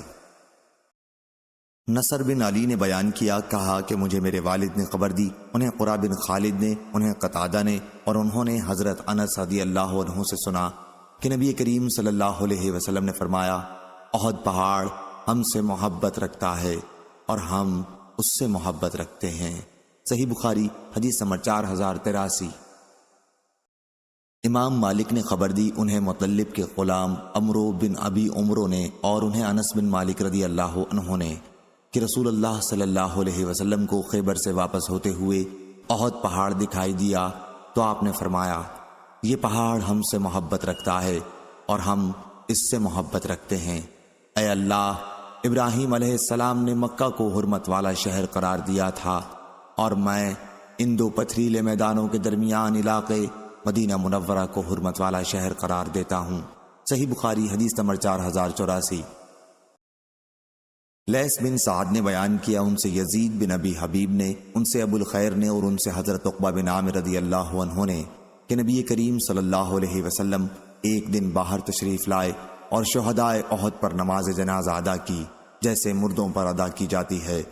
پھر آپ منبر پر تشریف لائے اور فرمایا کہ میں تمہارے آگے جاؤں گا، میں تمہارے حق میں گواہ رہوں گا، میں اب بھی اپنے حوض کوثر کو دیکھ رہا ہوں، مجھے دنیا کے خزانوں کی کنجیاں عطا فرمائی گئی ہیں، یا آپ نے یوں فرمایا مفاتیح الارض، یعنی زمین کی کنجیاں دی گئی ہیں۔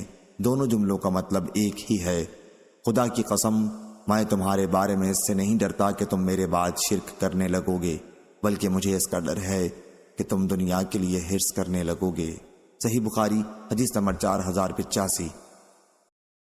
حشام بن یوسف نے خبر دی، انہیں معمر بن راشد نے، انہیں زہری نے، انہیں عمرو بن ابی سفیان ثقفی نے، اور ان سے ابو ہریرہ رضی اللہ عنہ نے بیان کیا کہ نبی کریم صلی اللہ علیہ وسلم نے جاسوسی کے لیے ایک جماعت مکہ قریش کی خبر لانے کے لیے بھیجی، اور اس کا امیر عاصم بن ثابت رضی اللہ عنہ کو بنایا، جو عاصم بن عمر بن خطاب کے نانا ہے۔ یہ جماعت روانہ ہوئی، اور جب عصفان اور مکے کے درمیان پہنچی تو قبیلہ حزیل کے ایک قبیلے کو، جسے بنو لحیان کہا جاتا تھا، ان کا علم ہو گیا، اور قبیلے کے تقریباً 100 تیر اندازوں نے ان کا پیچھا کیا اور ان کے نشانات قدم کو تلاش کرتے ہوئے چلے۔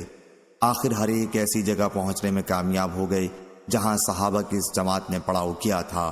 وہاں ان کھجوروں کی گٹھلیاں ملی جو صحابہ مدینہ سے لائے تھے۔ قبیلہ والوں نے کہا کہ یہ تو یثرب کی کھجور کی گٹھلی ہے۔ اب انہوں نے پھر تلاش شروع کی اور صحابہ کو پا لیا۔ عاصم رضی اللہ عنہ اور ان کے ساتھیوں نے جب یہ صورتحال دیکھی تو صحابہ کی اس جماعت نے ایک ٹیلے پر چڑھ کر پناہ لی۔ قبیلے والوں نے وہاں پہنچ کر ٹیلے کو اپنے گھیرے میں لے لیا اور صحابہ سے کہا کہ ہم تمہیں یقین دلاتے ہیں اور عہد کرتے ہیں کہ اگر تم نے ہتھیار ڈال دیے تو ہم تم میں سے کسی کو بھی قتل نہیں کریں گے۔ اس پر عاصم رضی اللہ عنہ بولے، میں تو کسی کافر کی حفاظت و امن میں اپنے کو کسی صورت میں بھی نہیں دے سکتا۔ اے اللہ، ہمارے ساتھ پیش آنے والے حالات کی خبر اپنے نبی کو پہنچا دے۔ چنانچہ ان صحابہ نے ان سے قتال کیا اور عاصم اپنے 6 ساتھیوں کے ساتھ ان کے تیروں سے شہید ہو گئے۔ خبیب، زید اور ایک اور صحابی ان کے حملوں سے ابھی محفوظ تھے۔ قبیلے والوں نے پھر حفاظت و امان کا یقین دلایا۔ یہ حضرات ان کی یقین دہانی پر اتر آئے۔ پھر قبیلے والوں نے انہیں پوری طرح اپنے قبضے میں لے لیا تو ان کی کمان کی تانت اتار کر ان صحابہ کو انہی سے باندھ دیا۔ تیسرے صحابی جو خبیب اور زید کے ساتھ تھے، انہوں نے کہا کہ یہ تمہاری پہلی غداری ہے۔ انہوں نے ان کے ساتھ جانے سے انکار کر دیا۔ پہلے تو قبیلے والوں نے انہیں گھسیٹا اور اپنے ساتھ لے جانے کے لیے زور لگاتے رہے، لیکن جب وہ کسی طرح تیار نہ ہوئے تو انہیں وہیں قتل کر دیا اور خبیب اور زید کو ساتھ لے کر روانہ ہوئے۔ پھر انہیں مکے میں لا کر بیچ دیا۔ خبیب رضی اللہ عنہ کو تو حارث بن عامر بن نوفل کے بیٹوں نے خرید لیا، کیونکہ خبیب رضی اللہ عنہ نے بدر کی جنگ میں حارث کو قتل کیا تھا۔ وہ ان کے یہاں کچھ دنوں تک قیدی کی حیثیت سے رہے۔ اس وقت ان سب کا خبیب رضی اللہ عنہ کے قتل پر اتفاق ہو چکا، تو اتفاق سے انہی دنوں حارث کی ایک لڑکی زینب سے انہوں نے موئے زیر ناف صاف کرنے کے لیے استرا مانگا اور انہوں نے ان کو استرا دے دیا تھا۔ ان کا بیان تھا کہ میرا لڑکا میری غفلت میں خبیب رضی اللہ عنہ کے پاس چلا گیا، انہوں نے اسے اپنی ران پر بٹھا لیا۔ میں نے جو اسے اس حالت میں دیکھا تو بہت گھبرائی، انہوں نے میری گھبراہٹ کو جان لیا، اس طرح ان کے ہاتھ میں تھا۔ انہوں نے مجھ سے کہا کیا تمہیں اس کا خطرہ ہے کہ میں اس بچے کو قتل کر دوں گا؟ انشاءاللہ میں ایسا ہرگز نہیں کر سکتا۔ ان کا بیان تھا کہ خبیب رضی اللہ عنہ سے بہتر قیدی میں نے کبھی نہیں دیکھا تھا۔ میں نے انہیں انگور کا خوشہ کھاتے ہوئے دیکھا، حالانکہ اس وقت مکے میں کسی طرح کا پھل موجود نہیں تھا، جبکہ وہ زنجیروں میں جکڑے ہوئے بھی تھے، تو وہ اللہ کی بھیجی ہوئی روزی تھی۔ پھر حارث کے بیٹے قتل کرنے کے لیے انہیں لے کر حرم کی حدود سے باہر گئے۔ خبیب رضی اللہ عنہ نے ان سے فرمایا مجھے 2 رکعت نماز پڑھنے کی اجازت دو۔ انہوں نے اجازت دے دی، اور جب وہ نماز سے فارغ ہوئے تو ان سے فرمایا کہ اگر تم یہ خیال نہ کرنے لگتے کہ میں موت سے گھبرا گیا ہوں تو اور زیادہ نماز پڑھتا۔ خبیب رضی اللہ عنہ ہی پہلے وہ شخص ہیں جن سے قتل سے پہلے 2 رکعت نماز کا طریقہ چلا ہے۔ اس کے بعد انہوں نے ان کے لیے بد دعا کی، اے اللہ انہیں ایک ایک کر کے ہلاک کر دے، اور یہ اشعار پڑھے، جبکہ میں مسلمان ہونے کی حالت میں قتل کیا جا رہا ہوں تو مجھے اس کی کوئی پرواہ نہیں کہ کس پہلو پر اللہ کی راہ میں مجھے قتل کیا جائے گا۔ یہ سب کچھ اللہ کی راہ میں ہے، اور اگر وہ چاہے گا تو جسم کے ایک ایک کٹے ہوئے ٹکڑے میں برکت دے گا۔ پھر عقبہ بن حارث نے کھڑے ہو کر انہیں شہید کر دیا، اور قریش نے عاصم رضی اللہ عنہ کی لاش کے لیے آدمی بھیجے تاکہ ان کے جسم کا کوئی بھی حصہ لائیں جس سے انہیں پہچانا جا سکے۔ عاصم رضی اللہ عنہ نے قریش کے ایک بہت بڑے سردار کو بدر کی لڑائی میں قتل کیا تھا، لیکن اللہ تعالیٰ نے بھیڑوں کی ایک فوج کو بادل کی طرح ان کے اوپر بھیجا، اور ان بھیڑوں نے ان کی لاش کو قریش کے آدمیوں سے محفوظ رکھا، اور قریش کے بھیجے ہوئے یہ لوگ ان کے پاس نہ پھٹک سکے، کچھ نہ کر سکے۔ صحیح بخاری حدیث نمبر 4086۔ سفیان بن عینہ نے بیان کیا، ان سے عمرو بن دینار نے، انہوں نے جابر سے سنا کہ خبیب رضی اللہ عنہ کو ابو سروع عقبہ بن حارث نے قتل کیا تھا۔ صحیح بخاری حدیث نمبر 4087۔ ابو معمر نے بیان کیا، کہا ہم سے عبد الوارث بن سعید نے بیان کیا، کہا ہم سے عبد العزیز بن صہیب نے بیان کیا، ان سے انس بن مالک رضی اللہ عنہ نے بیان کیا کہ نبی کریم صلی اللہ علیہ وسلم نے 70 صحابہ کی ایک جماعت تبلیغ اسلام کے لیے بھیجی تھی، انہیں قاری کہا جاتا تھا۔ راستے میں بنو سلیم کے 2 قبیلے رعل اور ذکوان نے ایک کنویں کے قریب ان کے ساتھ مزاحمت کی، یہ کنواں بارمعونہ کے نام سے مشہور تھا۔ صحابہ نے ان سے کہا کہ خدا کی قسم ہم تمہارے خلاف یہاں لڑنے نہیں آئے ہیں، بلکہ ہمیں تو رسول اللہ صلی اللہ علیہ وسلم کی طرف سے ایک ضرورت پر مامور کیا گیا ہے۔ لیکن کفار کے ان قبیلوں نے تمام صحابہ کو شہید کر دیا۔ اس واقعے کے بعد حضور صلی اللہ علیہ وسلم صبح کی نماز میں ان کے لیے 1 مہینے تک بد دعا کرتے رہے۔ اسی دن سے دعائے قنوت کی ابتدا ہوئی، ورنہ اس سے پہلے ہم دعائے قنوت نہیں پڑھا کرتے تھے۔ اور عبد العزیز بن صہیب نے بیان کیا کہ ایک صاحب عاصم احول نے انس رضی اللہ عنہ سے دعائے قنوت کے بارے میں پوچھا کہ یہ دعا رکوع کے بعد پڑھی جائے گی یا قرأت قرآن سے فارغ ہونے کے بعد، رکوع سے پہلے؟ انس رضی اللہ عنہ نے فرمایا کہ نہیں، بلکہ قرأت سے فارغ ہونے کے بعد، رکوع سے پہلے۔ صحیح بخاری حدیث نمبر 4088۔ قتادہ نے بیان کیا اور ان سے انس رضی اللہ عنہ نے بیان کیا کہ رسول اللہ صلی اللہ علیہ وسلم نے رکوع کے بعد 1 مہینے تک قنوت پڑھی، جس میں آپ عرب کے چند قبائل رعل و ذکوان وغیرہ کے لیے بد دعا کرتے تھے۔ صحیح بخاری حدیث نمبر 4089۔ یزید بن زری نے بیان کیا، کہا ہم سے سعید بن ابی عروبہ نے بیان کیا، ان سے قتادہ نے اور ان سے حضرت انس بن مالک رضی اللہ عنہ نے بیان کیا کہ رعل، ذکوان، عیسیہ اور بنو لحیان نے رسول اللہ صلی اللہ علیہ وسلم سے اپنے دشمنوں کے مقابل مدد چاہی۔ حضرت صلی اللہ علیہ وسلم نے 70 انصاری صحابہ کو ان کی کمک کے لیے روانہ کیا۔ ہم ان حضرات کو قاری کہا کرتے تھے۔ اپنی زندگی میں معاش کے لیے دن میں لکڑیاں جمع کرتے تھے اور رات میں نماز پڑھا کرتے تھے۔ جب یہ حضرات بارمعونہ پر پہنچے تو ان قبیلے والوں نے انہیں دھوکہ دیا اور انہیں شہید کر دیا۔ جب حضور صلی اللہ علیہ وسلم کو اس کی خبر ہوئی تو آپ نے صبح کی نماز میں 1 مہینے تک بد دعا کی۔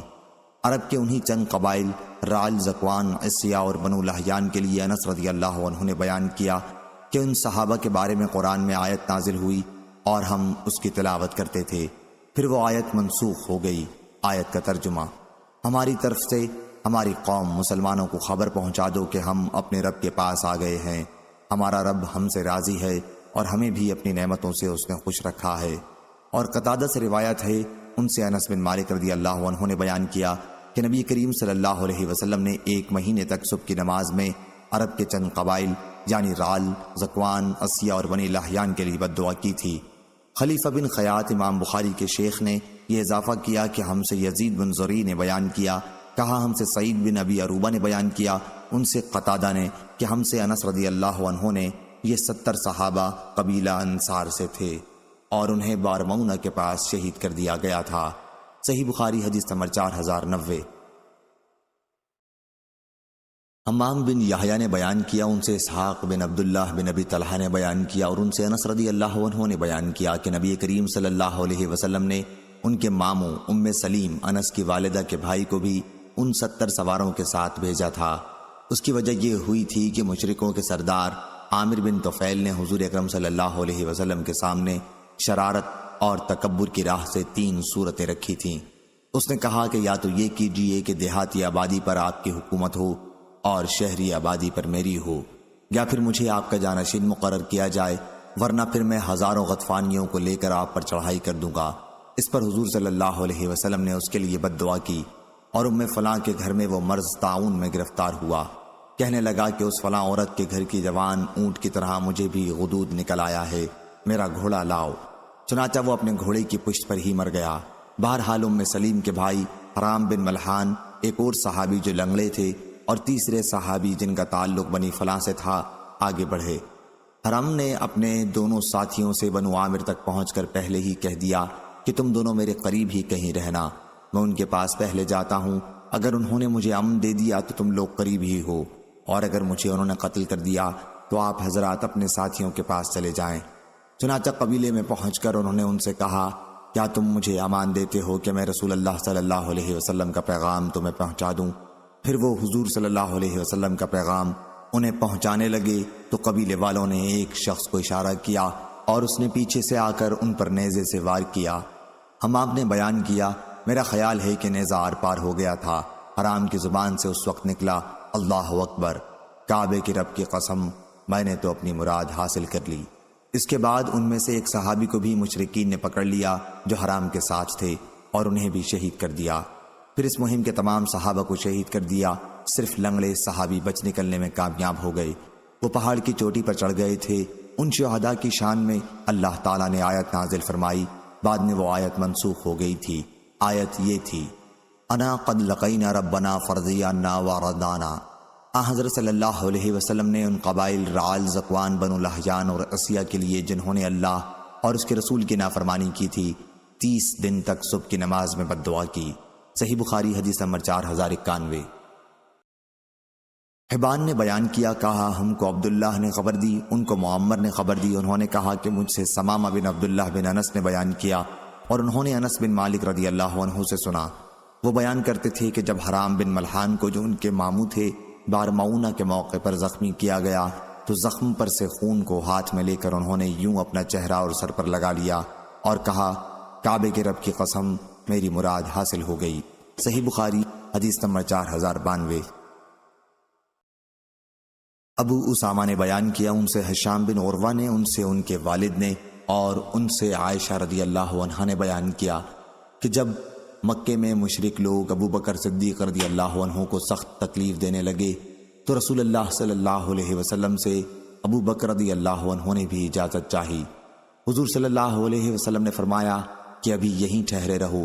انہوں نے عرض کیا، یا رسول اللہ صلی اللہ علیہ وسلم، کیا آپ بھی اللہ تعالیٰ سے اپنے لیے ہجرت کی اجازت کے امیدوار ہیں؟ حضور صلی اللہ علیہ وسلم نے فرمایا، ہاں، مجھے اس کی امید ہے۔ عائشہ رضی اللہ عنہ کہتی ہیں کہ پھر حضرت ابو بکر رضی اللہ عنہ انتظار کرنے لگے۔ آخر حضور صلی اللہ علیہ وسلم ایک دن ظہر کے وقت ہمارے گھر تشریف لائے اور ابو بکر رضی اللہ عنہ کو پکارا اور فرمایا کہ تخلیہ کر لو۔ ابو بکر رضی اللہ عنہ نے کہا کہ صرف میری دونوں لڑکیاں یہاں موجود ہیں۔ حضور صلی اللہ علیہ وسلم نے فرمایا، تم کو معلوم ہے مجھے بھی ہجرت کی اجازت دے دی گئی ہے۔ ابو بکر رضی اللہ عنہ نے عرض کیا، یا رسول اللہ، کیا مجھے بھی ساتھ چلنے کی سعادت حاصل ہوگی؟ آپ نے فرمایا کہ ہاں، تم بھی میرے ساتھ چلو گے۔ ابو بکر رضی اللہ عنہ نے عرض کیا یا رسول اللہ میرے پاس 2 اونٹنیاں ہیں اور میں نے انہیں ہجرت ہی کی نیت سے تیار کر رکھا ہے۔ چنانچہ انہوں نے ایک اونٹنی جس کا نام الجدعاء تھا حضور صلی اللہ علیہ وسلم کو دے دی۔ دونوں بزرگ سوار ہو کر روانہ ہوئے اور یہ غار سور پہاڑی کا تھا، اس میں جا کر دونوں پوشیدہ ہو گئے۔ عامر بن فہیرہ جو عبداللہ بن طفیل بن سنجرہ عائشہ رضی اللہ عنہا کے والدہ کی طرف سے بھائی تھے، ابو بکر رضی اللہ عنہ کی ایک دودھ دینے والی اونٹنی تھی، تو عامر بن فہیرہ صبح و شام عام مویشیوں کے ساتھ اسے چرانے لے جاتے اور رات کے آخری حصے میں حضور صلی اللہ علیہ وسلم اور ابو بکر رضی اللہ عنہ کے پاس آتے تھے۔ غار سور میں ان حضرات کی خوراک اسی کا دودھ تھی اور پھر اسے چرانے کے لیے لے کر روانہ ہو جاتے۔ اس طرح کوئی چرواہا اس پر آگاہ نہ ہو سکا۔ پھر جب حضور صلی اللہ علیہ وسلم اور ابو بکر رضی اللہ عنہ غار سے نکل کر روانہ ہوئے تو پیچھے عامر بن فہیرہ بھی پہنچے تھے۔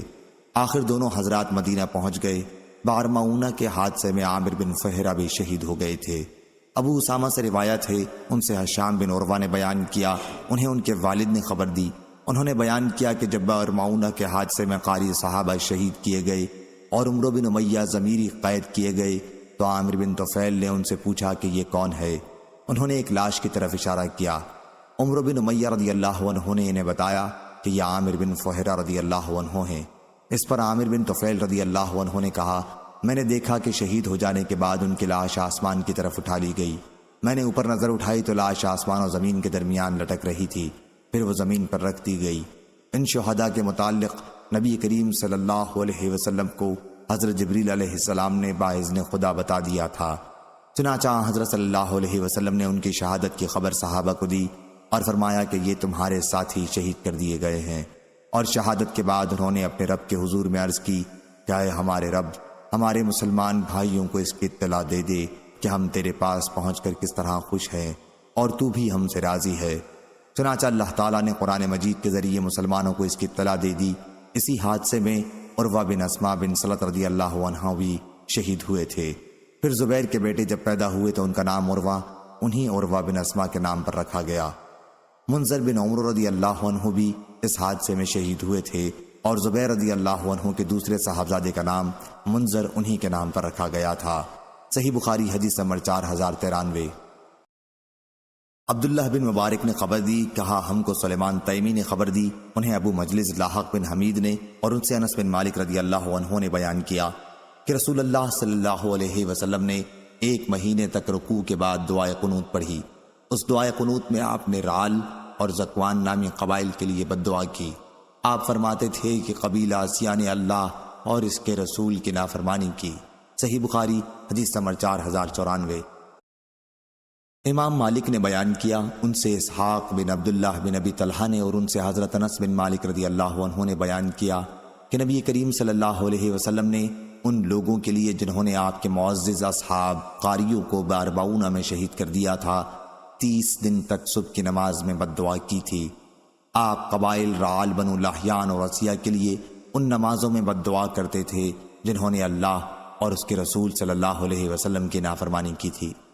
حضرت انس رضی اللہ عنہ نے بیان کیا کہ پھر اللہ تعالیٰ نے اپنے نبی صلی اللہ علیہ وسلم پر انہی اصحاب کے بارے میں جو بارمعونہ میں شہید کر دیے گئے تھے قرآن مجید کی آیت نازل کی۔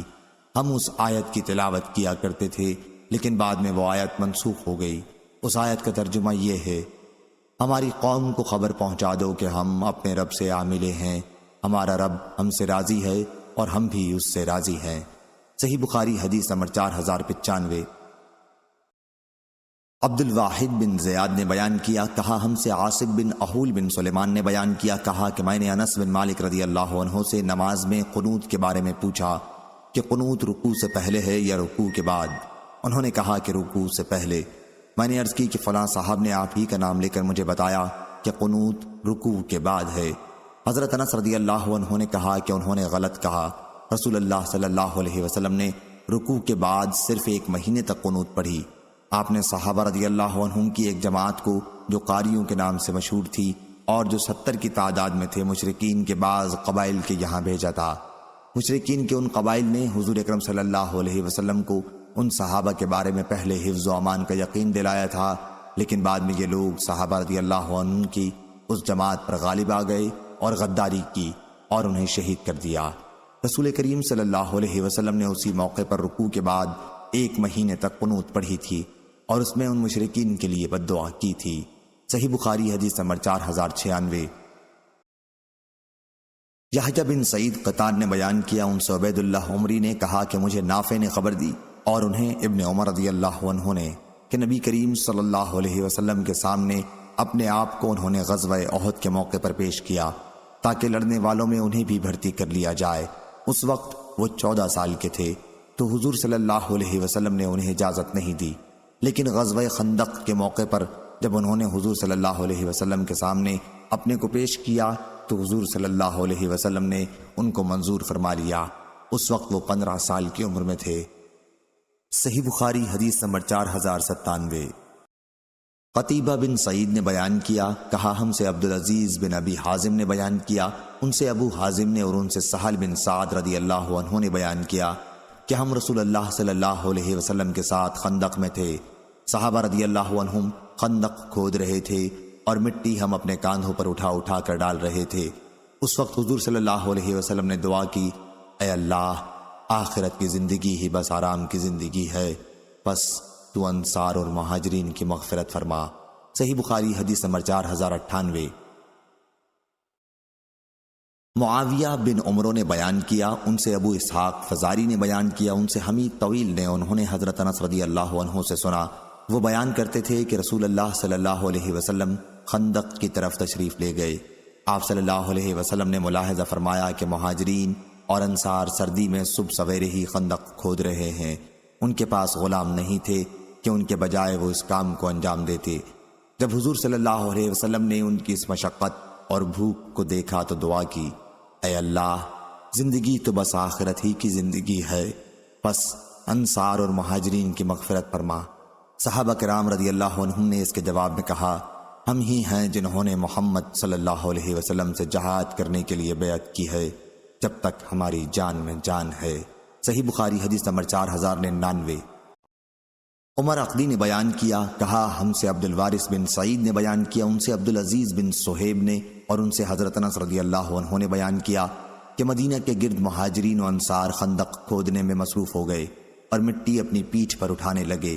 اس وقت وہ یہ شعر پڑھ رہے تھے، ہم نے ہی محمد صلی اللہ علیہ وسلم سے اسلام پر بیعت کی ہے جب تک ہماری جان میں جان ہے۔ انہوں نے بیان کیا کہ اس پر نبی کریم صلی اللہ علیہ وسلم نے دعا کی، اے اللہ، خیر تو صرف آخرت ہی کی خیر ہے، پس انصار اور مہاجرین کو تو برکت عطا فرما۔ انس رضی اللہ عنہ نے بیان کیا کہ ایک مٹھی جو آتا اور ان صحابہ کے لیے ایسے روغن میں جس کا مزہ بھی بگڑ چکا ہوتا ملا کر پکایا جاتا، یہی کھانا ان صحابہ کے سامنے رکھ دیا جاتا، صحابہ بھوکے ہوتے، یہ ان کے حلق میں چپکتا اور اس میں بدبو ہوتی، گویا اس وقت ان کی خوراک کا بھی یہ حال تھا۔ صحیح بخاری حدیث نمبر 4100۔